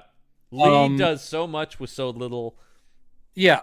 and I just want him to do more. Yeah. But that's coming. We know that's coming. I mean, by the end of this thing, it's going to be the Christopher Lee show, basically, by the down the stretch of Dracula movies and stuff. Yep, absolutely. Yeah. What is next week, John? Well, next week we go back to our friend Professor Van Helsing, but not Dracula this time. Instead, Van Helsing will be doing battle with the brides of Dracula. Yes, indeed. I remember this one. I remember this one very clearly from when I was a kid, mainly because I felt cheated by this movie. Because they put Dracula in the title, but no Dracula in the movie? Yeah, there's a male vampire who's a blonde guy. And I'm like, wait a minute. That's not Dracula. How you doing, man? I'm the vampire from California. Yeah, it's like, hey, how you doing? My name's Chad. Yeah, Chad the vampire. What's up, bro? Dude, I gotta get going. It's like 5:30 or something in the morning. I'm like totally gonna drink your blood. I mean, the waves are good right now, but like in 15 minutes, I'm gonna be toast. So actually, I gotta legitimately one of my favorite vampire movies, of course, is set in California, and that's The Lost Boys. I give that movie plenty of props. One thing I do love is so few movies. Well, they got better, but it took till the late 70s and 80s before vampire movies are like, you know what? Let's break free of the locations and the tropes. Yeah. Instead of, even though you do find out that, oh yeah, Kiefer Sutherland's been around for a couple hundred years and he fought in the Civil War or something. But mostly, it's sort of like, yeah, they don't have to be, European counts and shit. Right. So things like Near Dark. Which you've just mentioned my favorite vampire movie. Near Dark is a great movie. And Lost Boys and things like that. You're like, oh, a lot of my favorite vampire movies came in the 80s because Near Dark, Lost Boys, and Fright Night all in the 80s. Fright Night's so great. Yeah. Oh man, these are all good. They will not be covered on this podcast. So they might be at some point later when we get into the 80s and we're gonna have to start stretching. John, I'll be dead by then. My heart's in terrible condition. We're never getting to the 80s. Might finish Hammer, but the 70s are going to do me in, I'm sure. Frank Langella's Dracula's the last thing I saw. Oh, that would be horrible. Yeah. Oh, Laurence Olivier's pretty good in it, though. There's things in that I like too. Yeah. I can find things I like. Sir Laurence Olivier's Van Helsing in that movie. That's awesome. Yeah, and Langella is. He has a take. He has a take. Yeah, he has a take. He's in, and that's what I appreciate. He's into it. Word. Yeah. Anyways, Brides of Dracula we'll meet up with next week. I'm looking forward to it. Yeah. Yeah, we will see. I don't remember this one that well, so and I probably do. It's probably one of those where it bled into other Hammer vampire movies, and they've all merged together for me. I don't want to spoil things, but if I remember correctly, the nightgowns will get even flimsier. Yeah, that's the sense I'm getting from the stills I've seen of it. I think they needed that. If we don't have Dracula, we may as well up. Well, again, in late 50s standards, let's up the sex appeal a little bit. And the fact that it's Brides of Dracula is definitely like, you're going to see some hot vampire ladies. That's what we're selling this time. Yes. And once again, our friend is going, oh, I like the sound of Brides of Dracula. When is that coming? Is that an import? Is it going to take a few months? Hey, y'all getting a print of Brides of Dracula? I'd like to know. Read about it in the trades. I can't wait. You let me know, right? You got my address? I'm on the mailing list. I was just reading about it in Variety last week. Mailing list for his local theater to let him know when sexy European horror films come in. No, I'm just a big monster fan. That's all it is. Yeah, I hope it's good. That's all I'm saying. Just really into the mythology. Save me a seat in the back. Yeah. Look, I've known people who work in movie theaters. I know some stuff goes down sometimes. I worked in a movie theater for many years in my 20s. Did some stuff go down? Never encountered that, but I encountered some gross bathroom things, and I encountered at least one homeless gentleman who slept under the screen, we were opening the theater on a Sunday morning, and totally dark theater, and suddenly something moved under, and I was like, "Gah!" And he went, like me in a flashlight. Are you the one I give my breakfast order to? And I was like, "Sir, you need to leave." Yeah. And how did you get in here? And it was scary. Then you turn into Lou Costello at the end. I've been a bad boy. All right. Anyway, all right. Well, that's going to do it for this week's episode of Campbell and Jones Meet the Monsters. I'm John Campbell. I'm Brendan Jones. And remember, there are such things as monsters. Very well done, Mr. Cushing. Would you please sign my autograph book?